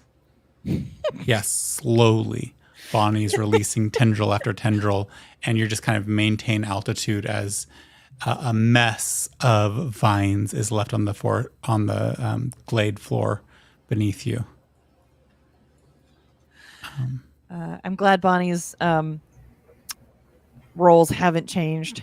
I'm assuming that's how she got stuck as a tree. Yeah, she's been. Well, this was a high roll just now, but she has had some. And also, you rolled a world event a couple of sessions ago this was going to happen to somebody, so I had to roll for who it was going to happen to. It's the moon thing. One of the D100s a while ago. Cool. So, thank you. Do we and I like kind of turn over my shoulder. I'm like, are we sitting down and checking on her, or what do you want me to should we just see what she wants to do now? Yeah, I say land and figure out how we can help her. Okay. So as you land and I guess you're all getting off. As we go to get off, I grab Asher's hand for a quick second, and I'm like, "Hey, after the next time we sleep or rest or whatever,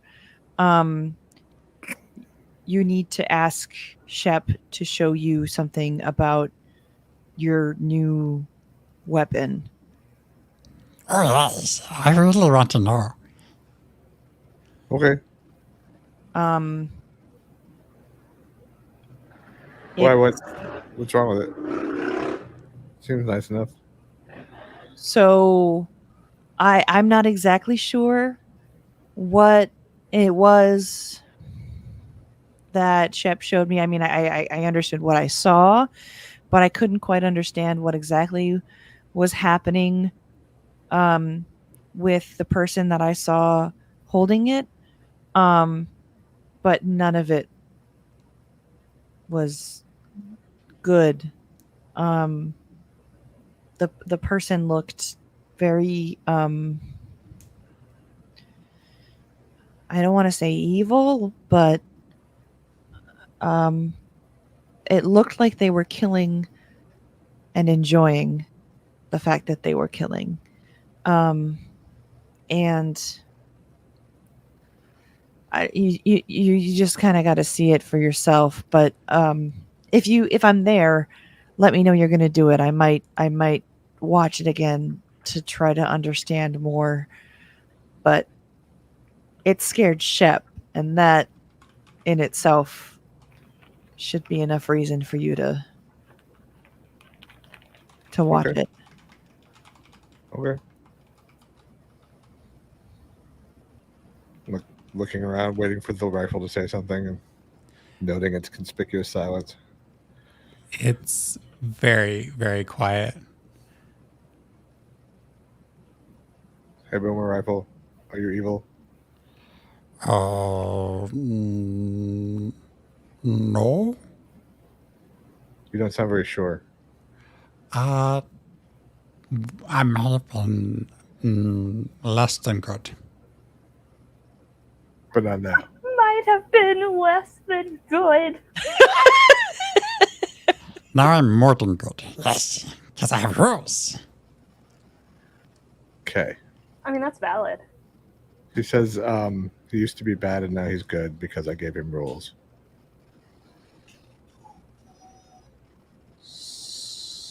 That's it. Just watch the thing. I think I don't know. And you I can don't feel know. it lifting on your back a little bit. I don't know if it's a dream or a memory or what, but It's you just you need to watch it. Okay? Okay. And then I go to walk off the thing.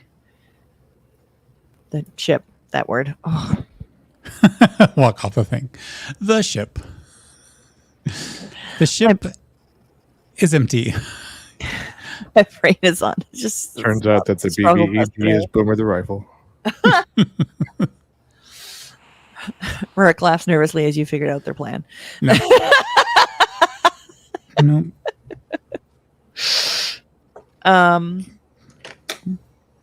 You rolled an 18. I'm solid. You rolled less than a 10. We might be. All right. So you all get out, and you can see that Bonnie has already put herself back together as kind of an oak tree. This time it seems a little different. And she says, okay, so you all don't see how you're connected now? Nee said something about magic connections that follow us, or Yeah. him sometimes. But you can actually like see something. Yeah. I mean, it's really dense here. I actually feel much more comfortable. And as she says, she feels more comfortable. Additional branches sprout. Bonnie, that seems to be doing the opposite of what you're hoping to happen. I don't know what I hope. And as she says the word hope, little blossoms appear on the ends of some of those new branches. Okay. Should we just leave you to it? I'm not quite sure how we can help you here.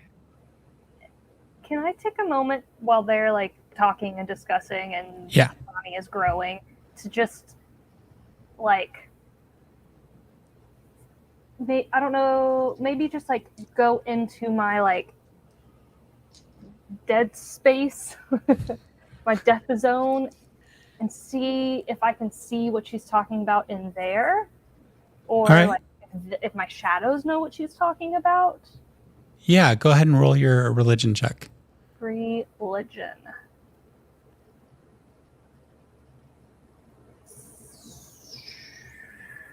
Religion check or death check? Just pure religion. This is actually her religion at work. I think they're the same bonus, but Roll. Not great. Plus what? Plus 7. So, what was it? Oh, right. Okay, 19? yeah, with a 19, you just kind of settle in, and it's hard for you to find it at first. It does take you a few moments. It's kind of like you enter a meditative trance. And as you kind of focus on finding this connection or whatever it is, you do capture, and you realize that there's something funneling into you, some sort of connection that as you start to explore it, it traverses the world.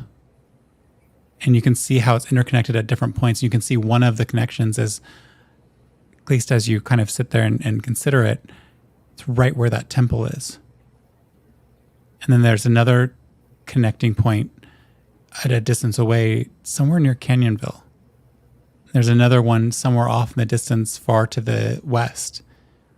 And there's one, oddly enough, super far north. So far north that your mind starts getting drawn there. And as you're drawn there, I need you to roll a wisdom saving throw. Uh-oh. Oh! North Saving throw. Okay. Going north, the rush is on. Wisdom saving throw. Okay, that's it. Go north to Tiamat. Go north. The dragon's up there. 21. Yeah, you pull yourself back just in time, but you're aware that there's this network connected to your body. And even as you pull yourself back, it's kind of scary because it's almost like you were almost stepping off of a precipice and could have just lost yourself in the flow of all that. Are any of my like siblings or what's her face? The wife of the guy. Like, is anyone Oh, right. The one who, I killed her husband. Yeah. right. The one with the most personality. Yeah. The shadows, they're also connected to this. They're fed from it. But they're almost like tiny little tributaries compared to the massive torrent that you're connected to.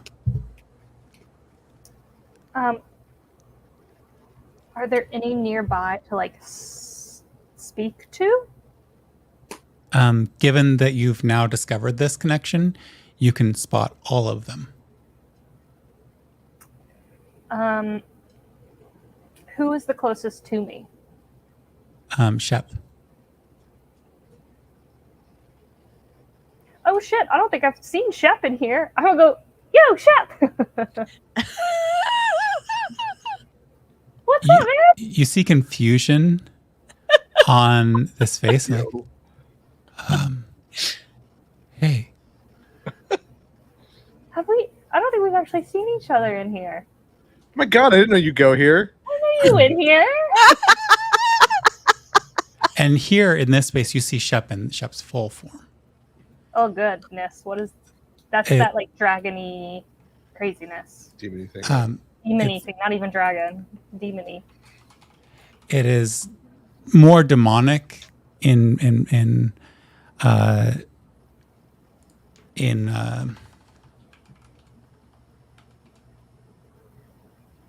sorry, my thing is not working very well. More dynamic. Blah, blah, blah. Wow, I can't say words today. There's something in the water. I don't know. It's not even a terrifying. full moon, but But yeah, the creature you are seeing is horned, tall, dark, scary. Yes, that one. Let me disconnect the things. But I can't disconnect the things. But it's got those. It's at least 4 times, 5 times, 6 times your height. And I'm looking up. oh, like, now we're all discombobulated. There we go. it is enormous.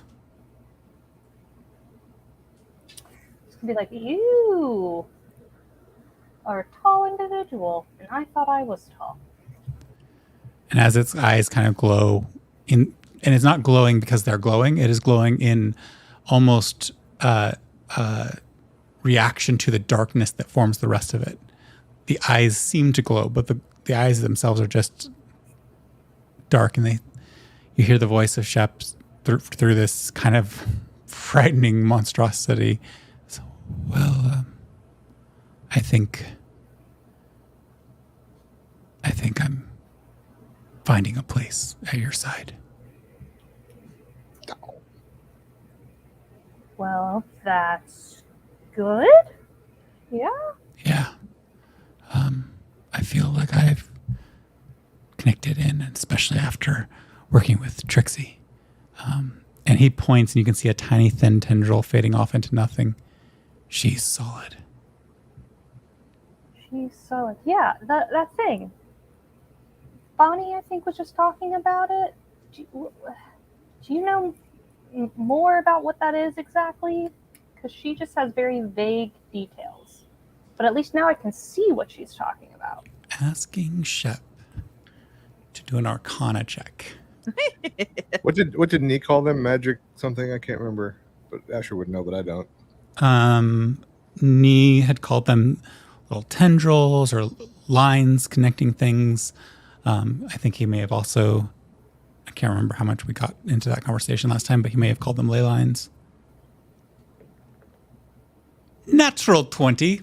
Oh, attaboy, Shep. Professor Shep, go for it. Shep. This is I, Professor Shepard, Arcana Extraordinaire.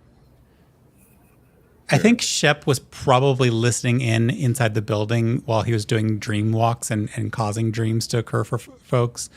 And just, I think the dreamscapes that Shep is interested in are also ways for Shep to spy upon folks. And he remembers hearing someone saying in the tower, that the ley lines of this world hadn't settled yet. And it's a ripe opportunity to gather those of power in the right places to draw the energy to the locations that will most need it. There's a little bit of a concern that Shep seems to have of, or possibly to the benefit of those who don't need it.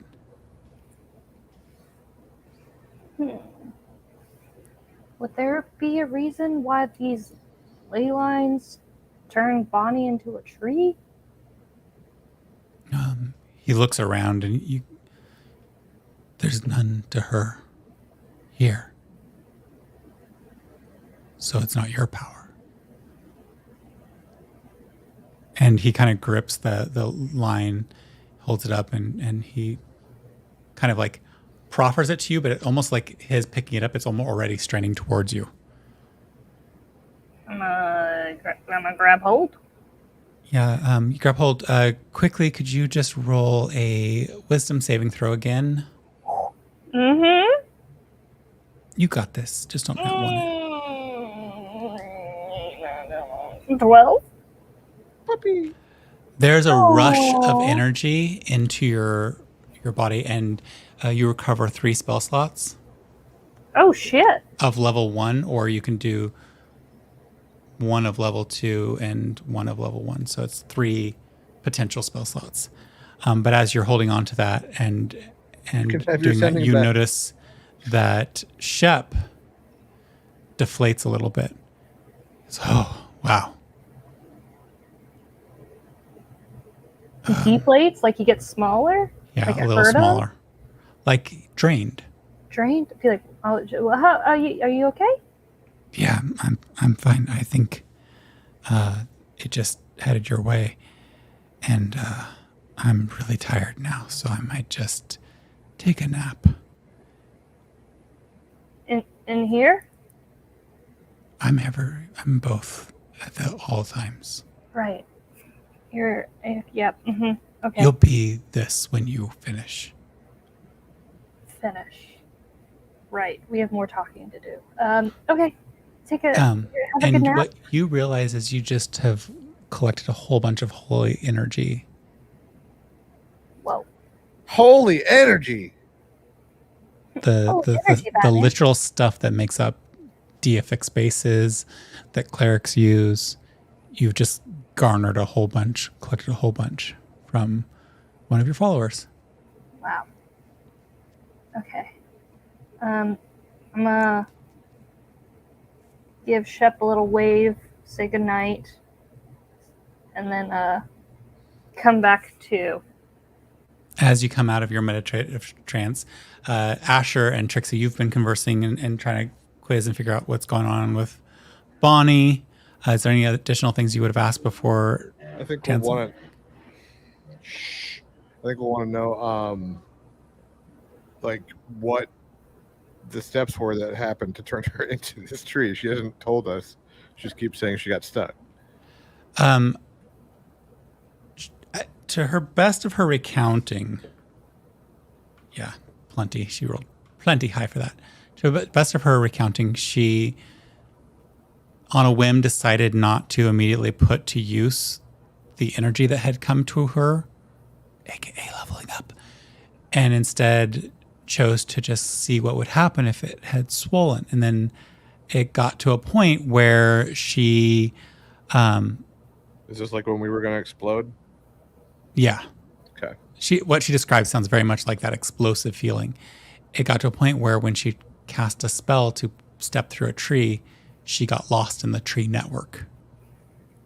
And when she finally came out of it, she was the current form that she is.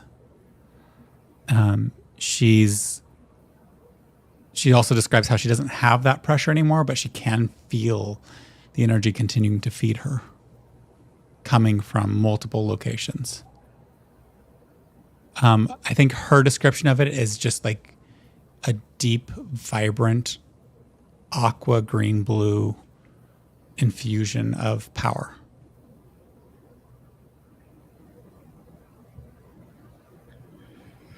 Do you want us to try to undo it? Well, I think this is probably what I'm supposed to do. I think this, well, I mean, do you think you can? I don't even know what that would do. I try. I don't know. You're muted. I'm with her on this. I mean, your thing seems to be making things out of something or nothing, not reverting. So, and Lord knows I ain't got Lord. All beings know I don't have any magic, so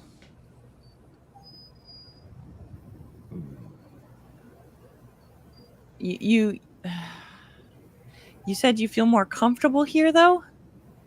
Yeah, this is the place where I think I'm supposed to be. All the lines come here. I think.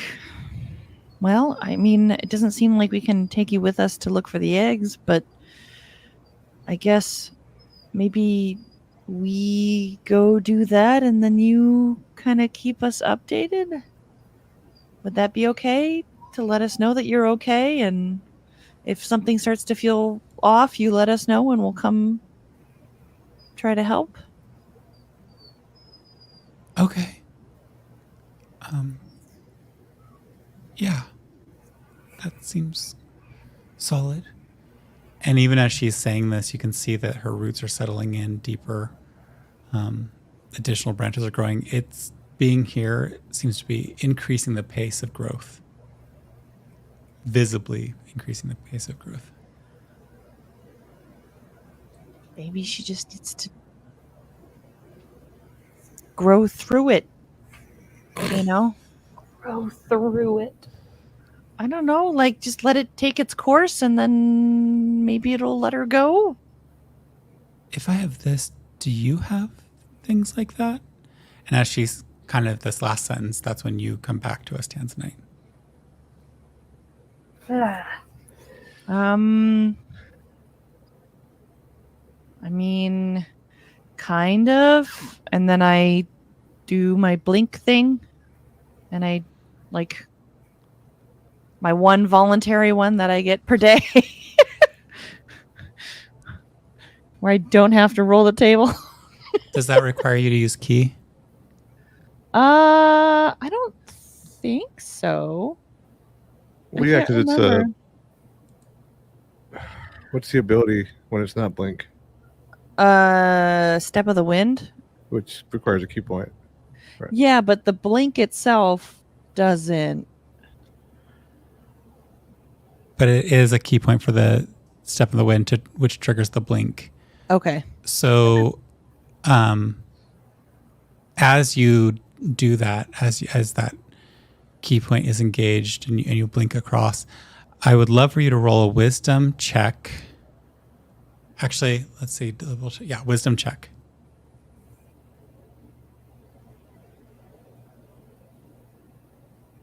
$18. Okay. With an 18 and like concentrating on this idea as you're blinking and or even just aware of this idea as you're blinking, you pick up that there was something. There was this vibrant, rusty red hue that you hadn't been cognizant of, but it seems to have been channeling through you as you moved from one location to the next.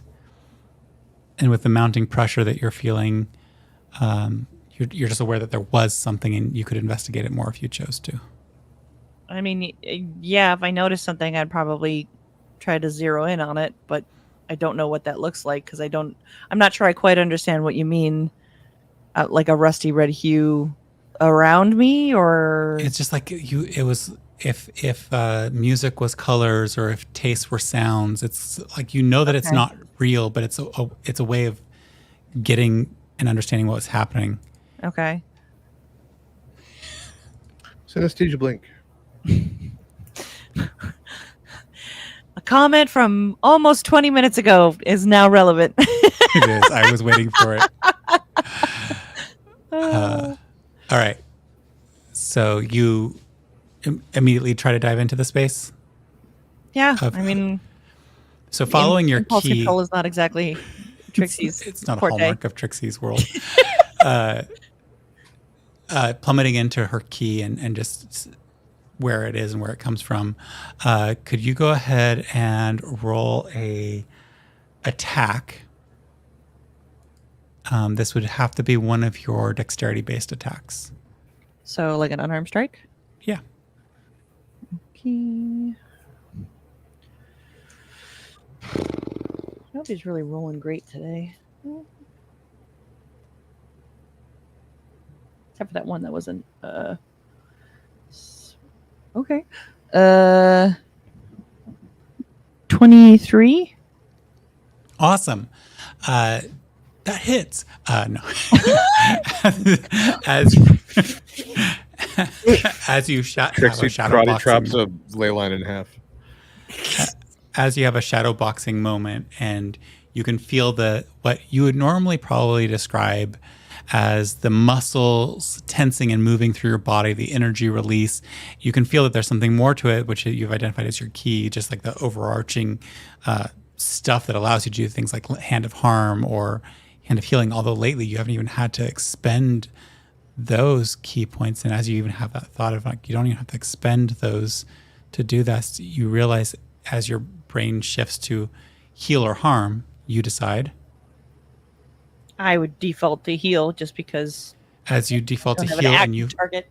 and you know you don't have to expend that extra energy anymore, but you see as you go to still achieve that result of the heal, it's coming from outside of you and then channeled through you.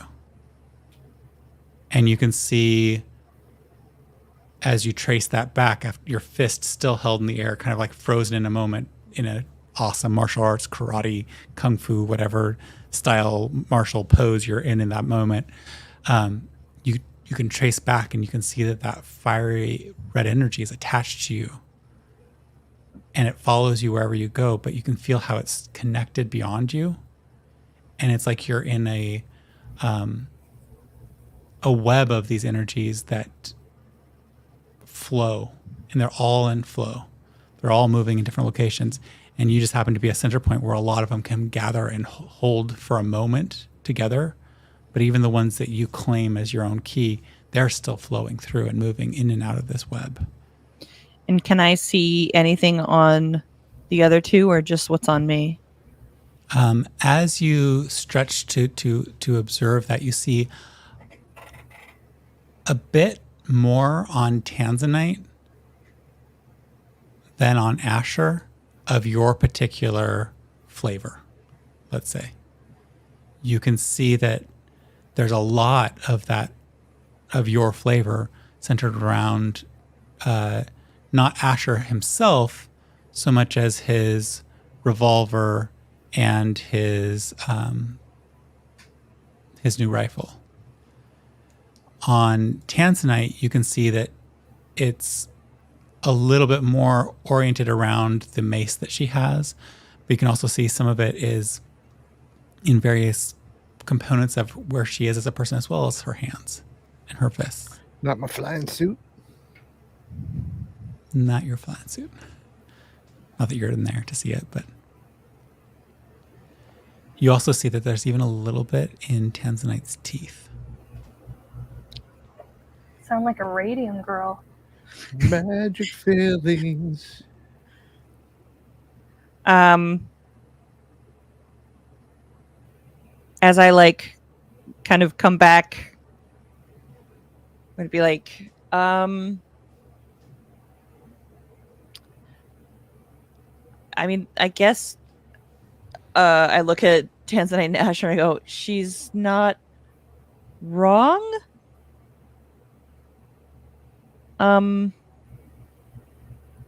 don't know as much about you two, although I kind of saw a little bit of it, but like, and I like try to move my hand to see it again. There's definitely something. Betrayals. I don't know. Grasp the sparrow's tail. Flying monkey. Trixie, you're definitely not crazy. I definitely saw something too. But I didn't see any sort of connection to Bonnie. Well, I think what happened to us when we shot through time is singular to us. Like whatever that energy was is tied to us, and because Bonnie didn't experience that, there's not that connection. Mm-hmm. I think. I don't know. I'm obviously not the person to ask. I don't know. It's weird because like for me it's like all over me. And for you guys it's like it's on your gun and on your mace and like your teeth? My teeth? Don't ask me. I don't know. I'm gonna like looking at Tanzani's mouth like, I wish I could describe it better, but I don't necessarily know that I understood what I was seeing. all right, But- I'm gonna go walk away, take out my notebook, and start preparing a ritual for detect magic. He's just suddenly blinded by light. Everything is lit up. Yeah, as you even as you begin the ritual, given this new knowledge in the three corroborating stories of something being there, you kind of, even as you just begin with the intention of this ritual, you start to taste ozone. And you start to have like a pleasant smell of herbs, not like outdoor nature herbs, but like the things in a tavern. The smell of baked bread with rosemary and pumpkin pie scents and other things like that. And then you see these faint glowing threads or veins shimmering through the air towards you and this ritual. And when you finish casting the ritual, I need you to roll a charisma saving throw. Oh my god, I look like Mitch McConnell there 22. for a second. What? These shimmering waves or currents of energy Does are someone have something a you stroke? can surf, that you can ride, that you can take wherever you want to go. And in this moment, as you're casting this spell and doing detect magic, you can ride them anywhere. Where do you think to go? I can go anywhere. I thought it. My team And is I'm not broken. I'm not gonna go anywhere without my crew. As you think about your crew and thinking not to go anywhere, you see that there's tiny bits of this same flow, these faint lines of light threaded through things on both Trixie and Tanzanite's bodies, and there's a ton of it threaded through the airship. Okay. What about Bonnie?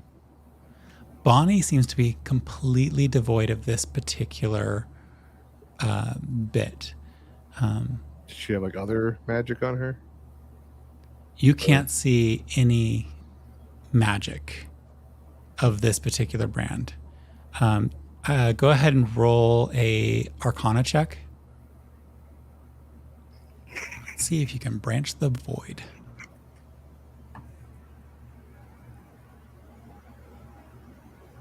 $21.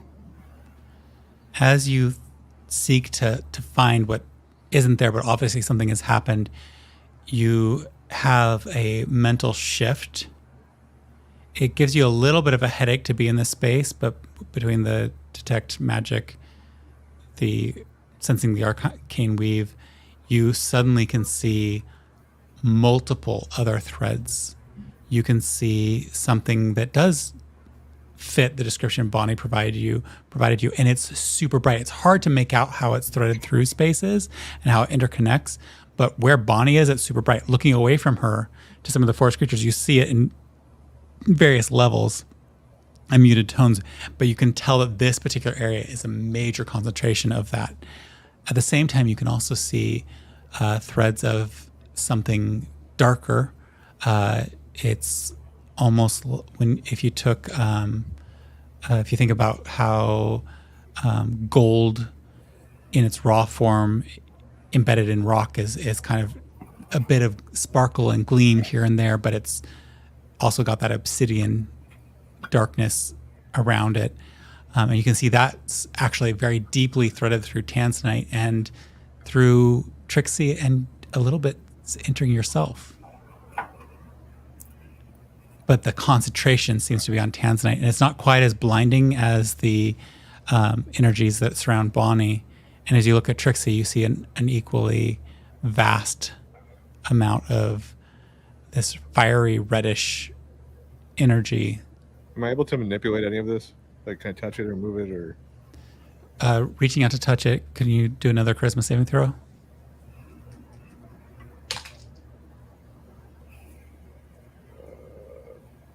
14.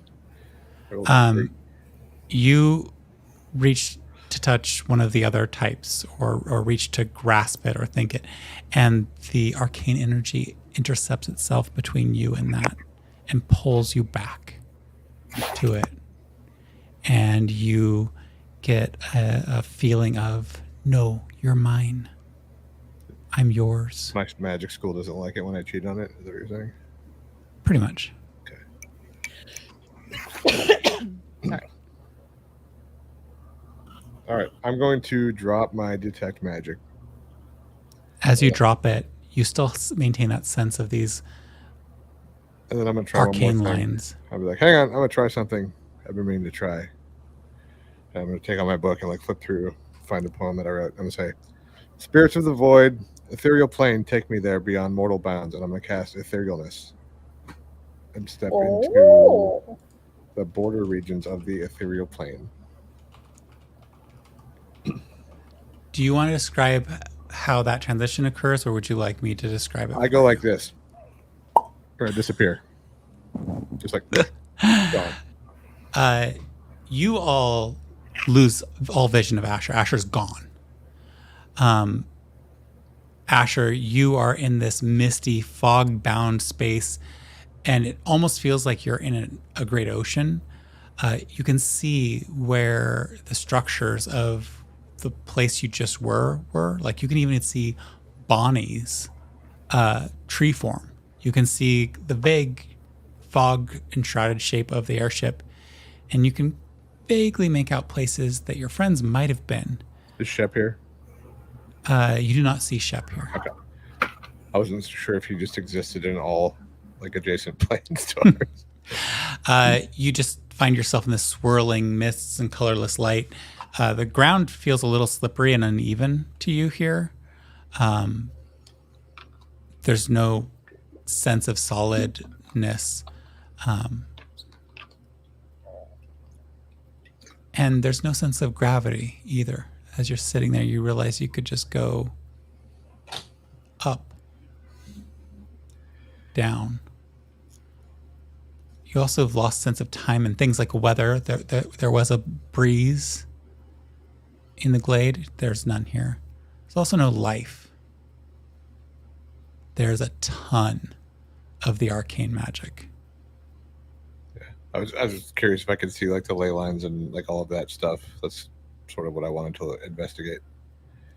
Even looking for it's so thick here, and it's all seeking you.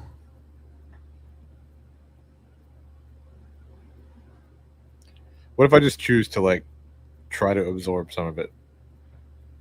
Go ahead and roll a charisma saving throw. Go back to the one dice that's liked me today. Hang on. 19. As you try to, and it takes some time as you try to absorb this, you can feel your capacities growing.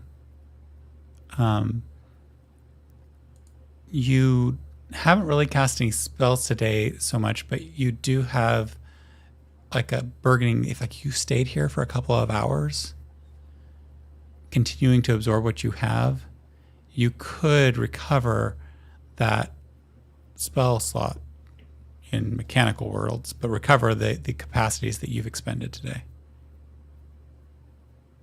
If you were willing to spend an hour or two here. Yeah. Not worth it. I was mostly trying to see if it would like power me up in a way that I could somehow use it to power up Tanzanite into godhood. That's the thought line I'm thinking. I was like, if I was able to bring her here somehow. I don't think I can do that. Roll a religion check.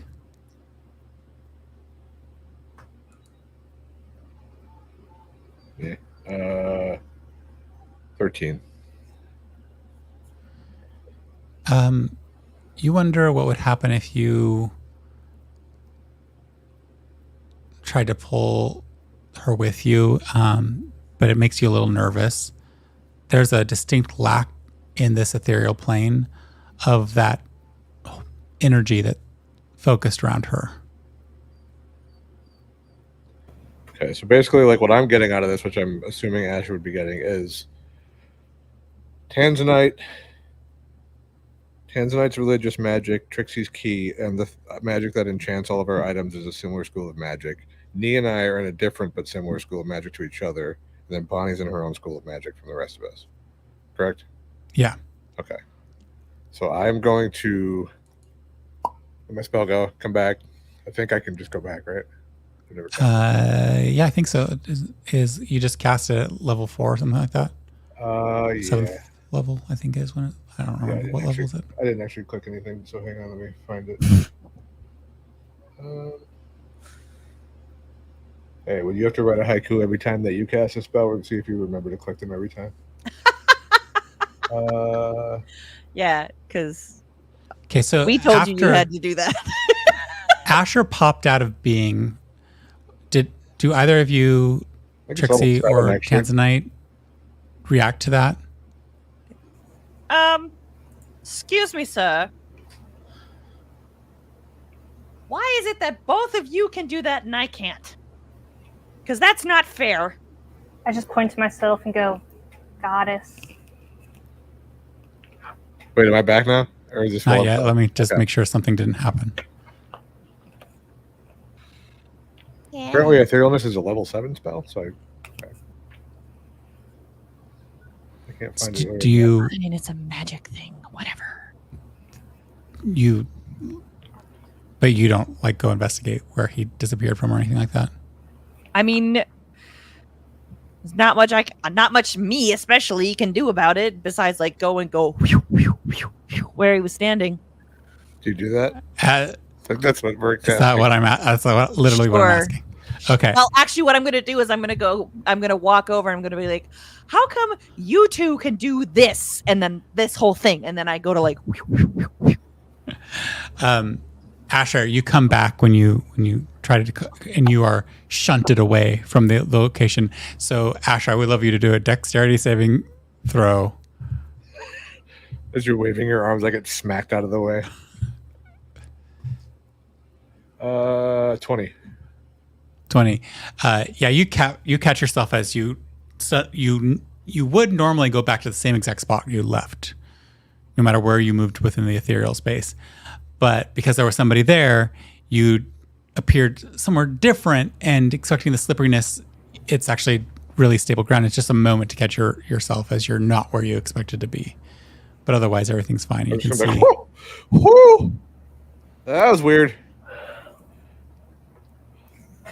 I went to another plane. I thought that I could do it, but I've never actually tried it before. That magic stuff is everywhere over there. maybe next time, like, say something before you just Or like, give us a heads up in case something, because you could have just been gone and we would have never known. I don't even know. Like, I just assumed you kind of went invisible like she does.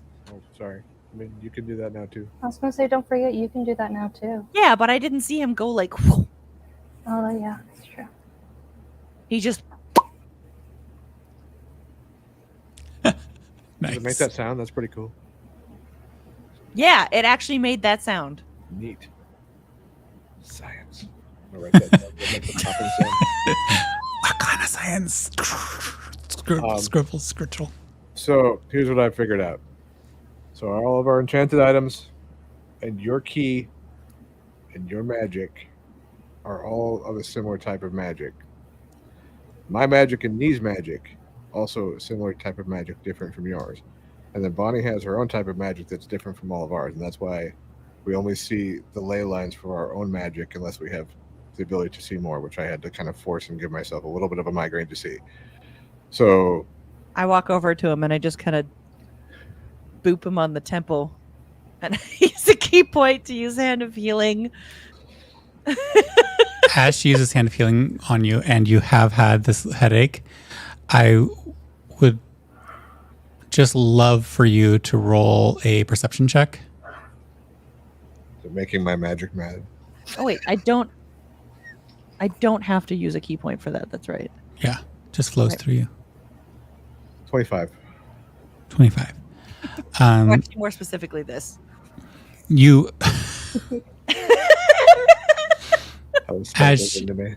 as she boop heals you, kind of releasing the tension, but in that release, you see that key energy again, and you can see how it's mingled with some other energies. And you can see how, just like whatever's in your line of sight, how certain objects have more than one interlinked to each other. This is all really interesting. I don't have any idea what it means. Yeah, that's kind of what I said. Yeah. I have to do more research about ley lines. I feel like I've heard that term in like old ancient world books, but I don't know what it means specifically. I So, guess we can ask them at the tower. Maybe they can tell me more. Bonnie, About there. do you want us to try to figure out how to get you back in your original form, or There's like a creaking sound as the wood moves and turns very slowly. She goes, I like this. It feels like I can help the whole forest, the whole island grow from here. You seem to be slowing down and becoming more tree-like. Are you still gonna be able to talk to us soon? I think so. Okay. Well, I guess let us know if you need help. Yeah, I'll figure something out to keep in touch. I think for now we should probably go get some rest. Is this a safe place? Do we have to post a guard? Oh, no, I think we can protect you. Okay. Okay. Well, yell if you need anything, or send one of us a. Of course. And the tree kind of sways, and the non-existent for this particular sway to have occurred in a breeze that almost looks like a bow. I'm gonna head for the airship. I'm gonna climb up on top of the airship and curl up and sleep up there. Don't forget to attune your stuff if you got new stuff. I think You attuned your I cloak, I think, last time. yeah, that's the only thing that I got. Okay. Tanzanite? I would like to. Oh, bye, Mama. I missed it. I would like to go to Bonnie and be like, Bonnie, I'm gonna stay out here with you if that's okay. Do you think you could help me with like a extra soft spot? Sure, maybe. You see the loam of the ground beneath the trunk of the tree kind of shift and move. I don't know what I have to work with here.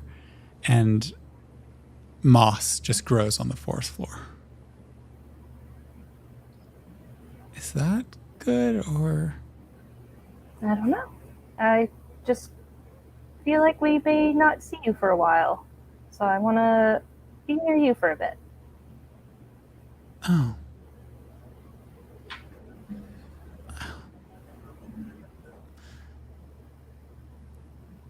Oh. And that little patch of moss grows more vibrant, and you can see tiny, teeny, tiny little blue flowers blossoming. Aww. Ooh. And then I want to. You'll have to tell me how much of this I can do, but granted, I only need 4 hours of sleep. I would like to first unattune to my ring of spell storing. Yeah. And then I want to. Wait, before I do that, would I know if the ring has to be attuned to put spells into it? Or can I? You can leave it filled with spells.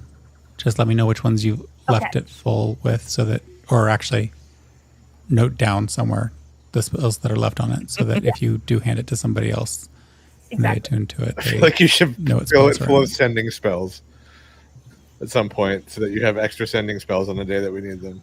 Oh, that's not exactly what I was going with, but something along those lines. But anyways, so I want to unattune to that, put some spells, which I'll write down, into it, and then I want to attune to my necklace and my gloves. So excited for this. I know Rourke's been waiting 2 weeks for this. Could you roll 3d12s for me, pretty please, as you attune to the necklace? 3d12. Then add them Okay. together and tell me what number you get. Okay.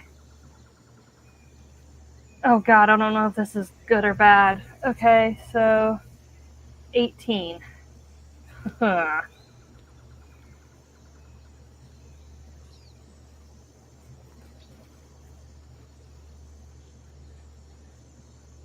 A 7, a 10, and a 1. As you attune to the necklace, a card appears in your hand, Oh. and you see a Medusa-like visage. Okay. And as you look at this Medusa-like image, you feel yourself growing less resilient. You have a -2 penalty on saving throws until you can get this curse reversed. What curse? How do I get this curse reversed? As you even have that moment of like feeling like this weakness happen, the card evaporates. Or just kind of swat at it and like, you little shit. You feel the necklace clank against your neck as it's on you in that moment.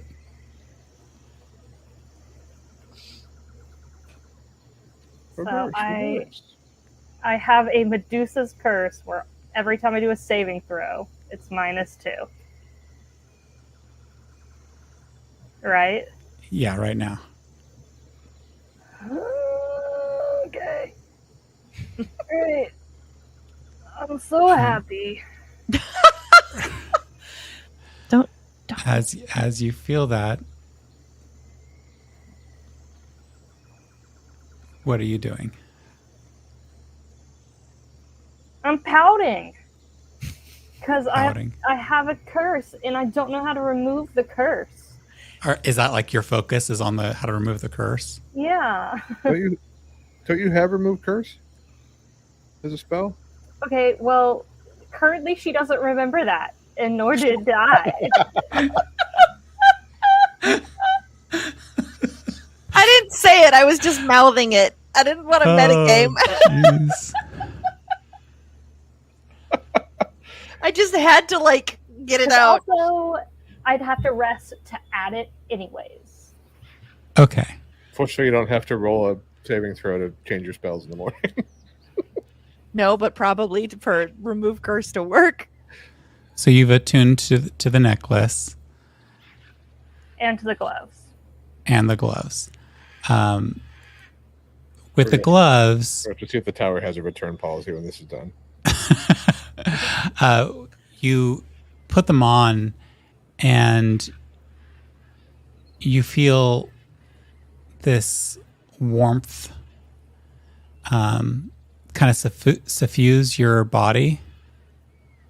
And as they kind of like warm up, you feel a little bit of it's a little of undoing the harm of the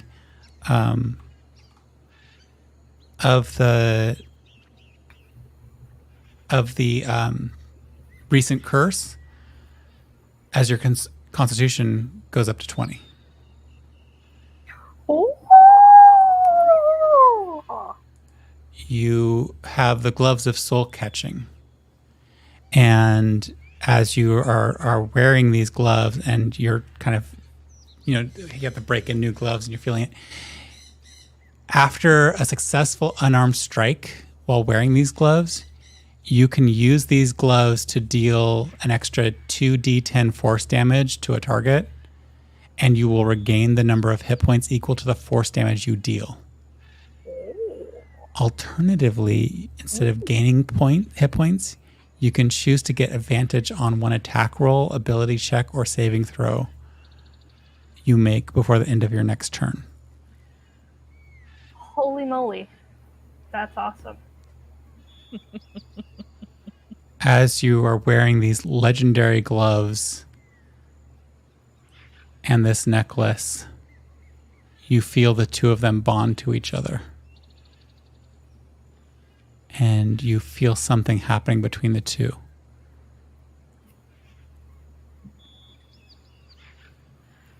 What do I feel? Apparently, magic you- items are just making babies today. And Go ahead and roll a... this would be a, for you, I think this is probably an For intelligence you, check? I'm gonna let you hit it for free. Sorry. Arcana check. Arcana check. Okay. Because you kind of have a freebie with the soul catching. Okay. Arcana.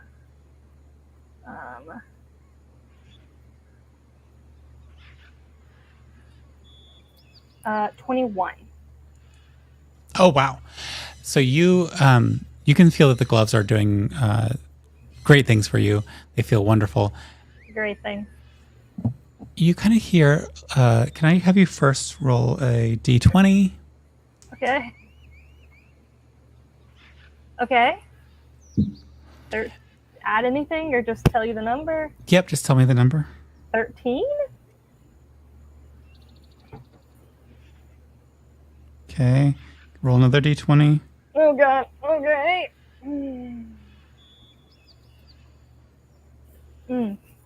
6.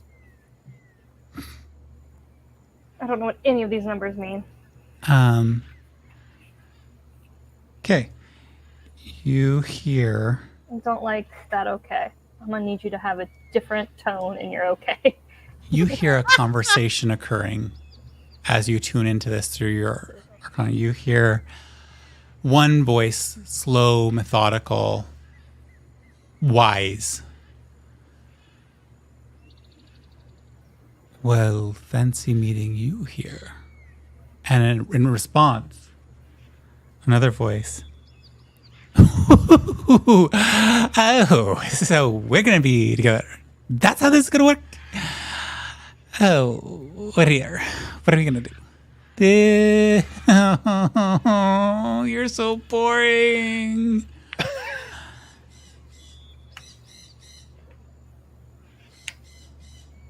This is that conversation you overhear. Great. Cool. Cool. Careful. She's listening, my dear. I don't know. Why? Hello? Ugh, she's not here. Can I say hello back? Is it possible? Can I go? Do you say hello? Yeah. Oh, she is listening. Ugh. Well, we're not off to a great start. I apologize. It wasn't my fault. You picked it first, so whatever. How do I get rid of the curse? You got to figure that out on your own. Touch the necklace. What do you want? What do you mean, touch the necklace? What does he mean, touch the necklace? Touch me. They are not necessarily known for the most... touch it, get it over with. They won't leave you alone until you do. I want to touch it. Touch me. I touch him. Go ahead and roll another 3d12s. Okay. Look at this stuff. Isn't it neat? Okay. Here we go. Wouldn't a lawsuit from Disney be neat? So, 30 total.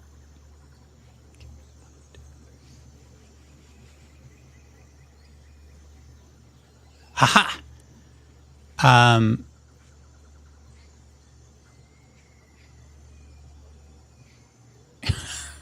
Oh, God. This is hilarious. A card appears in your hand. Okay. It looks like you. Exactly like you. Just a little darker, a little scarier. And I need you to roll initiative, but I feel like this is a great place for you, the other two of you, Asher and Trixie, just to be aware that you have, like, you hear a voice, and it's Trixie's voice, or Tanzanite's voice, saying, I have to win this on my own. Don't interfere. Tanzanite, you didn't say it. What? This is so weird. Oh, no. My initiative's so bad. 2, 3, 4, 5. Yes, your initiative is so bad. 14.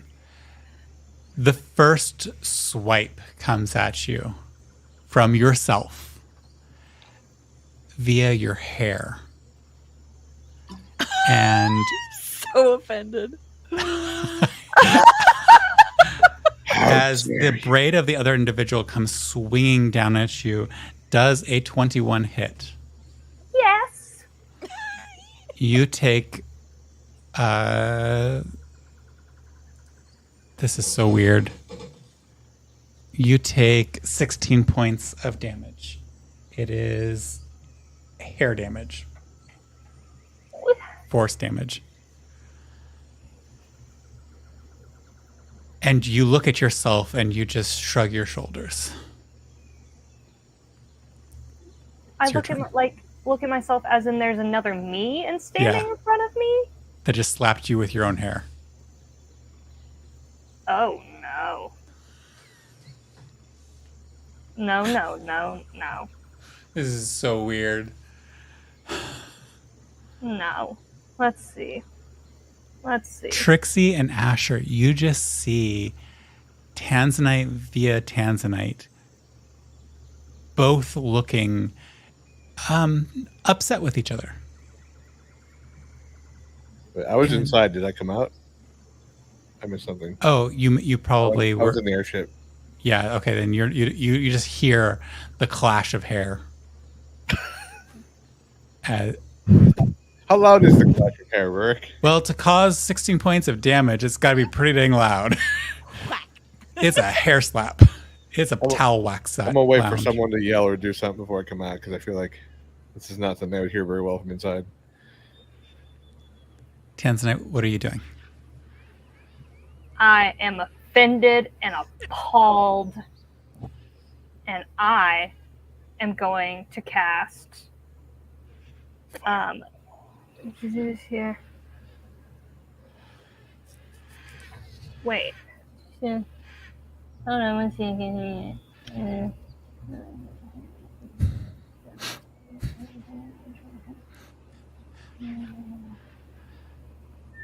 Okay, maybe not that. So then actually I'm gonna cast.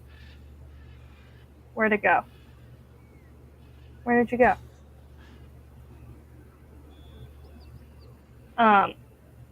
Guiding bolt at myself at 9th level. Awesome. Roll the attack for that. Okay. Guiding bolt. There's 2 of them, right? Yeah. Okay. So I assume 29. you mean at the other one and not actually at yourself. Yeah, the other self. Okay. 29. That hits. Roll the damage for that 9th level guiding bolt. I do not like the way they just said 63. that. And it's probably gonna hit me. But We'll find out. Okay. Anything else you're doing on your turn? so I did my attack. I'm going to nope, that's it. Okay. This is awesome. Your other self nods at you and goes and says just very clearly to you, well, if that's how it's going to be. And she summons a spiritual weapon. It is your spiritual weapon. It is your mace right in front of you. And it immediately comes flying down towards you. You're aware that this is a bonus action. And as it comes flying down to you, you take you're going to take, let's see what the roll is. Does a 15 hit? No. It misses, but you can see that spiritual weapon is there. And then they just kind of smile smirkingly at you. It's your smirk, though, which is super annoying. And they touch themselves. Nope, they can't do that one. Never mind. They don't do that one. They are going to... Good grief, I did not know all of your stuff this well. They don't have to be touching you. They just reach out their hand, and you know this spell. It's harm. Can you roll a Constitution saving throw? Oh, and it's -2. But it's now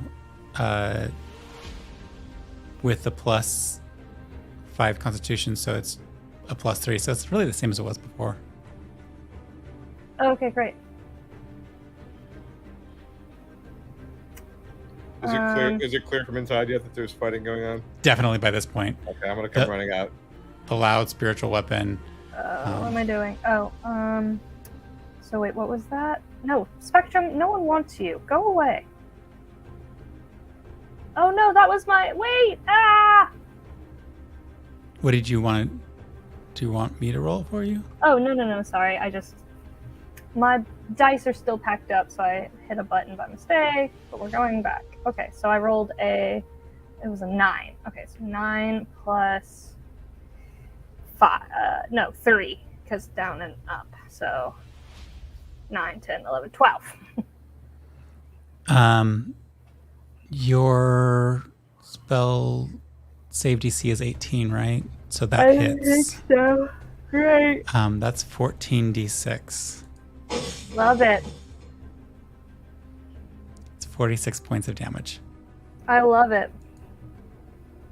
It's your turn. Okay. Asher, you come out and you can see that there is virulent diseases and a spectral mace that is Tanzanites, but Tanzanites throwing them against Tanzanite. Trixie is standing there, stepped away a little bit. You're on top of the airship, Trixie? Yeah, I would have been like lying like essentially like this, and then as I heard what was happening, I would be like kind of like crouched because hearing like an attack, but now I'm just kind of like I'm gonna cast fly from my suit and float up to Trixie and be like, "What the fuck?" I don't know. All of a sudden there was two of them and they're just wailing on each other. I don't know what's going on. Okay. Tanzanite, what are you doing? I am at the 6th level, casting Vampiric Touch. So, which means I'm touching myself, and then I'm going to make a melee attack on myself, and hopefully it hits, and then I get points back from them. Yes. Roll the attack. I think it's plus 10 for you. 27. That definitely hits because your armor class is only 18, so it hits the other you. 66 of damage. Oh, this is way Yes. above level, right? Yeah, 66. 24. You can see that they just the necrotic energy hitting one of the Tanzanites, and then a flood of more holy energy zipping in towards the other Tanzanite. Equal to half that amount. So what's 24 divided by 2? Smart people. 12. I regain 12 hit points. Also, your gloves do something when you successfully hit something with an unarmed strike.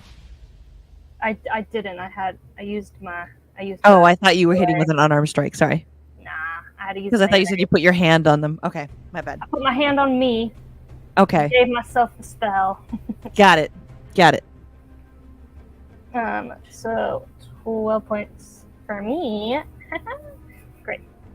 And then I'm going to. And this spell lasts for up to a minute, as long as you maintain concentration on it. So every time you hit, you can keep doing that business. I'm going to. Where is it? This.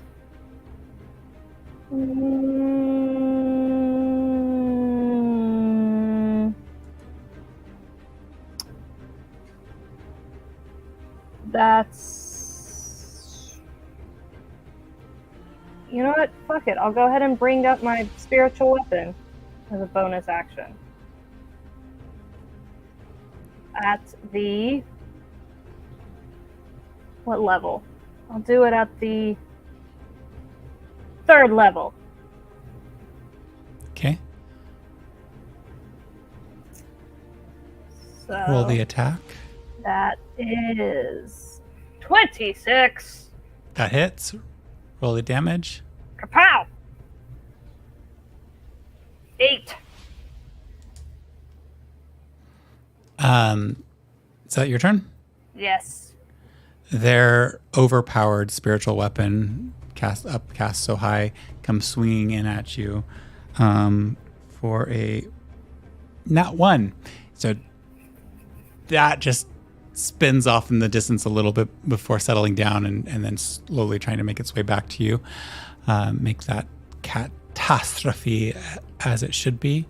And you see a... What is that? Does that... Oh, that requires that. And that requires... Oh, that doesn't require concentration. Cool. So you see a cloud of etheric spirits, shadows, start to spin around them. And they all look hungrily at you. And you know if you get too close, that they will hurt you. And that's their turn. Your turn. Spirit Guardians. Should we do anything? I mean, I don't know which one's which, so I don't even know, like, if whoever's winning is the one we want to win. Do we ask? I mean, Should we like so, break them up and figure out which one's which? well, the thing is like I heard Tanzanite say, I have to do this on my own. Like that's all I heard, and then I kind of like was like, I thought maybe she was talking to herself, and then I just started hearing the whacking sounds, and her hair was attacking the other her, and I don't know, yell. I don't ask. Unless you want me to ask, I don't know. Hey, do you need help? Do I hear them scream? You do. You know deep, deep, deep in your soul that if they help you, you'll lose. This is a battle that you are fighting the avatar of death, which just so happens to be you. That's fucking hilarious. Which is why I was laughing. Okay, so I'm going to... No response. Nope. No response. I've got my gun. I'm gonna lean over to Trixie and be like, "Which one do I shoot?"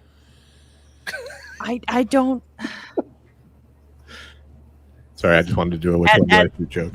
Really bad the whole time. So I am going to, even though I know it's going to hurt me, I'm going to run up and whack them with my quarterstaff.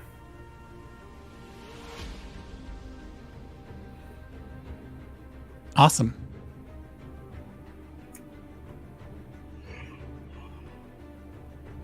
Damn. 17. 17 does not hit. Yeah. Clanging off of your own chainmail or armor or whatever you're wearing right now, because I have no idea at this point. You miss. But now you're within the space of the spirits. Yeah. So, as such, you take 46 damage. Oh, that sucked. That sucked. Seriously? This dice is weighted. It's 4 points of damage. Because I rolled 4 ones. And then I'm gonna They're all weighted. drop my spiritual weapon on myself. Roll the attack for that. There it is. D20 plus 10. 30! Oh, that was a nat 20! Oh, double the damage. Roll the damage and double it. Or double the dice and roll the damage, or whatever way you like to do it. So...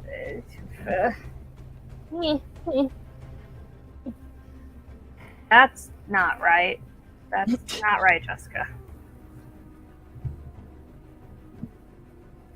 24 points. You watch I think if I have done my math correctly, we have totaled your own hit points in damage to each other. You watch the other you, or is it you that watches the other you? It doesn't matter. One of you died. And all that's left behind is you.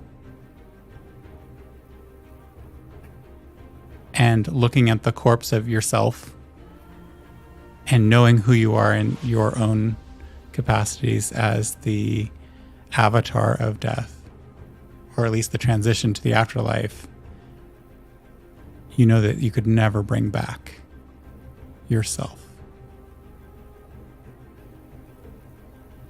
And that's the end of combat.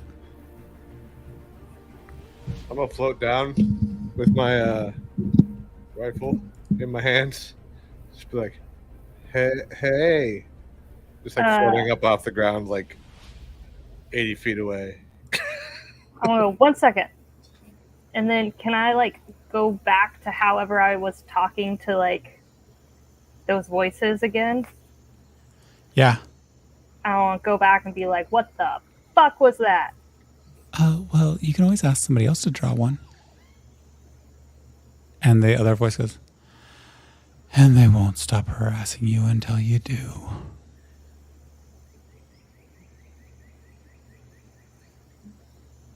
My dear, it's okay.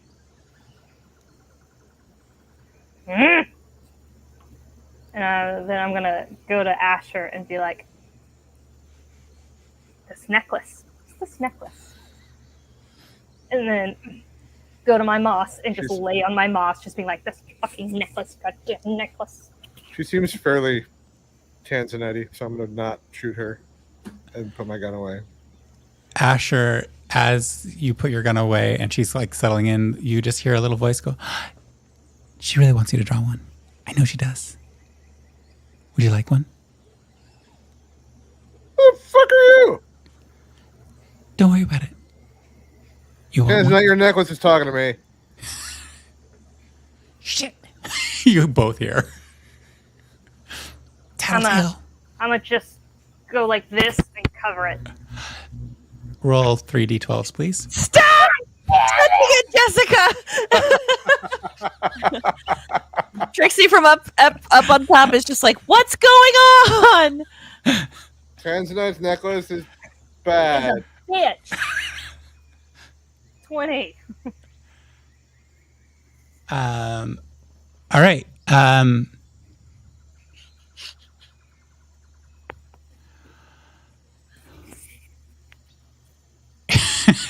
1, 2, 3, 4, 5, 6.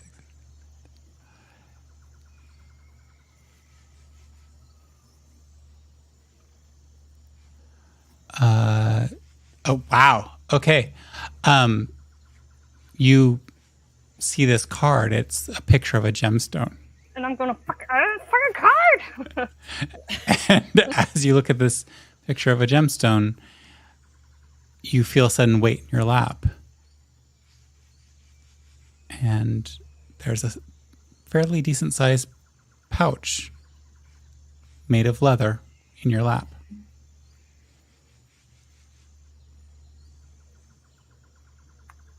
What is this? I don't know. It just happens. Open it up. What happens if I touch it? Touch me. You want to touch me again? Or somebody else to touch me? I would be so I'm gonna- excited. I'm gonna open the pouch. You see Walk a little gems. closer. Maybe float a little closer Gems. because I have flying You for see an hour. 50 gems. 50 gems. High-end gems. The sort Wow. that only occasionally come from the walls of Underton. Each appears to be worth at least 1,000 gold pieces. Ooh, wee.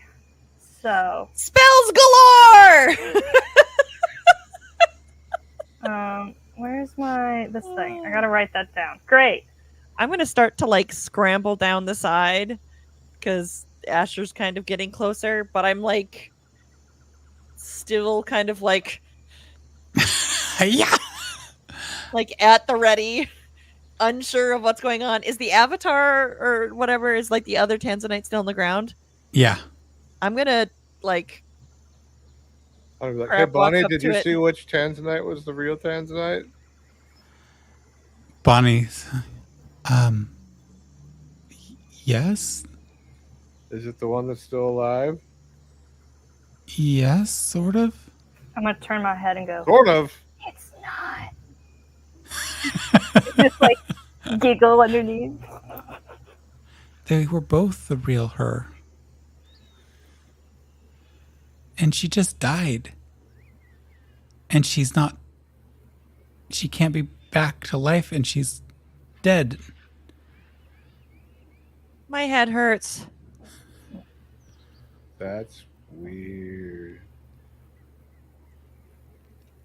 Trixie, as you get close enough, you hear, do you want to touch my neck? I say, shut up. What? Oh, just let her touch. Nope. Let him touch. What? You what? know what I'm going what? to touch. What is going on? I'm just a little Who's necklace she's talking? wearing. Don't touch the necklace. Now you understand the voices in your head thing, though, right? Why? I'm not magic. I didn't ask for this. If you touch me, maybe you will get it. You never know. What? Touch me. I don't like this. Like, and I like start to walk away. Oh, I go, wait. While you're here, I'm gonna give Trixie the ring. And The spell ring. The ring is spell like- ring. I want you to have that because you need spells. So I put some stuff on there for you. I'll tell you what it is later. Is this gonna talk to me too? Does all your jewelry and your little fun things talk to you? I can make it all talk to you if you just take one. Stop it! You can take more. Okay, I grab the ring and I'm like walking away as fast as I can until I can't hear it anymore. Eventually, 60 feet, you can't hear it anymore. You done? Do you want me to shoot it? Asher, do you want to take some? Just a couple.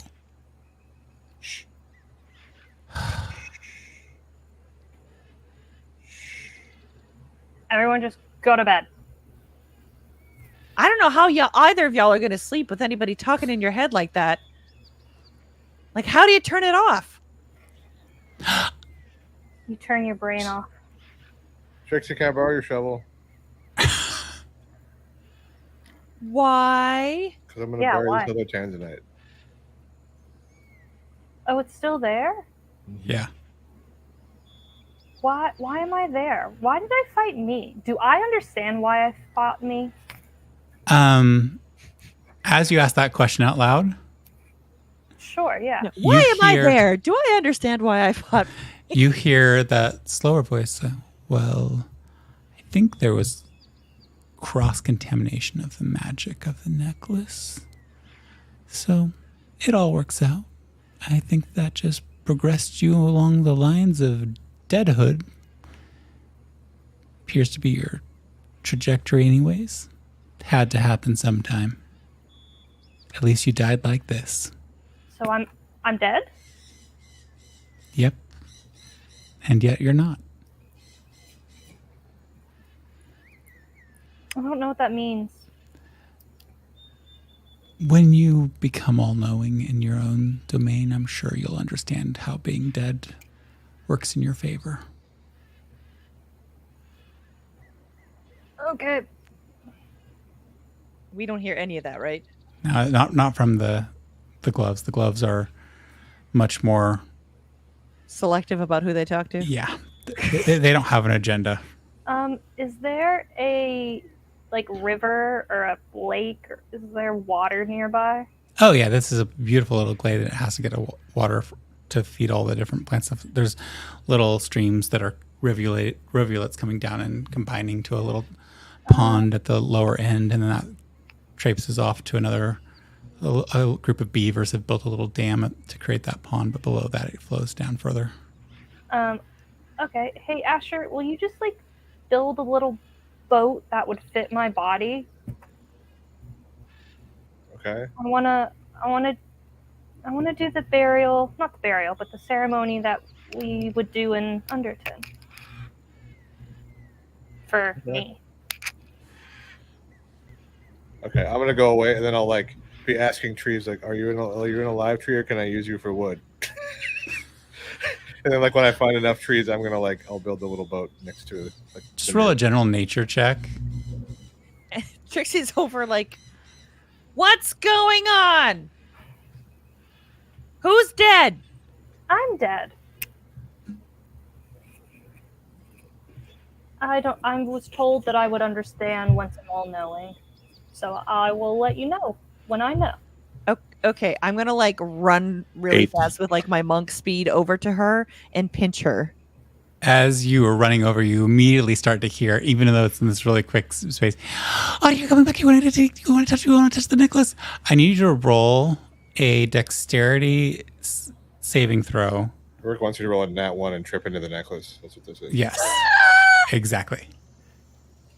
Not happening. That is a 25. Yeah, you get in there and you can take that pinch. Are you gonna? Is it a pinch to damage or is it just a pinch to check? It's a pinch to make sure that she's corporeal. She's real flesh. She pinched you, Tanzanite. No! Well, then how are you dead? I don't understand. I don't understand either. But when I understand, I'll tell you. But you're not dead. You're right here. I'm both.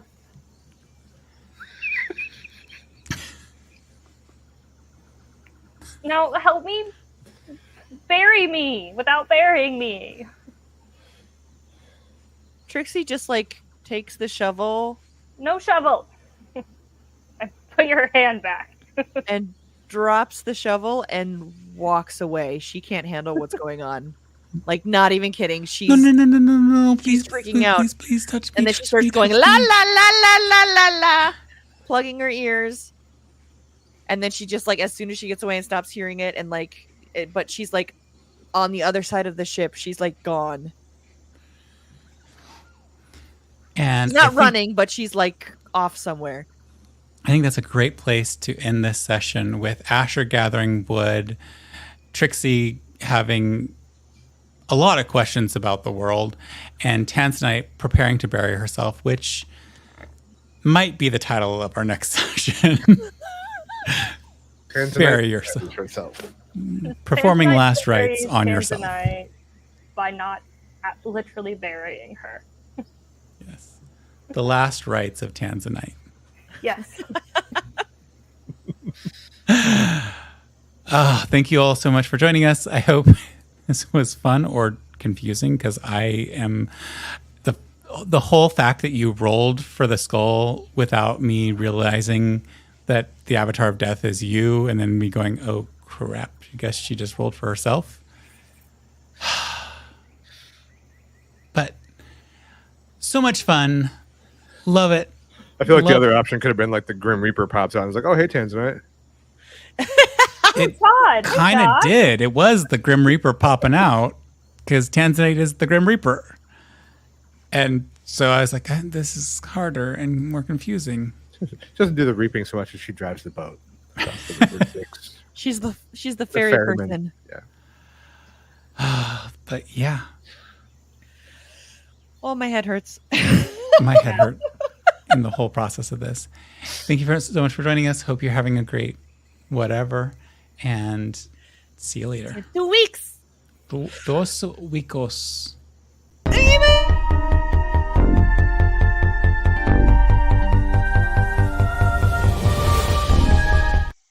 All right, the faces are there. I didn't give enough time. I hit the button too soon.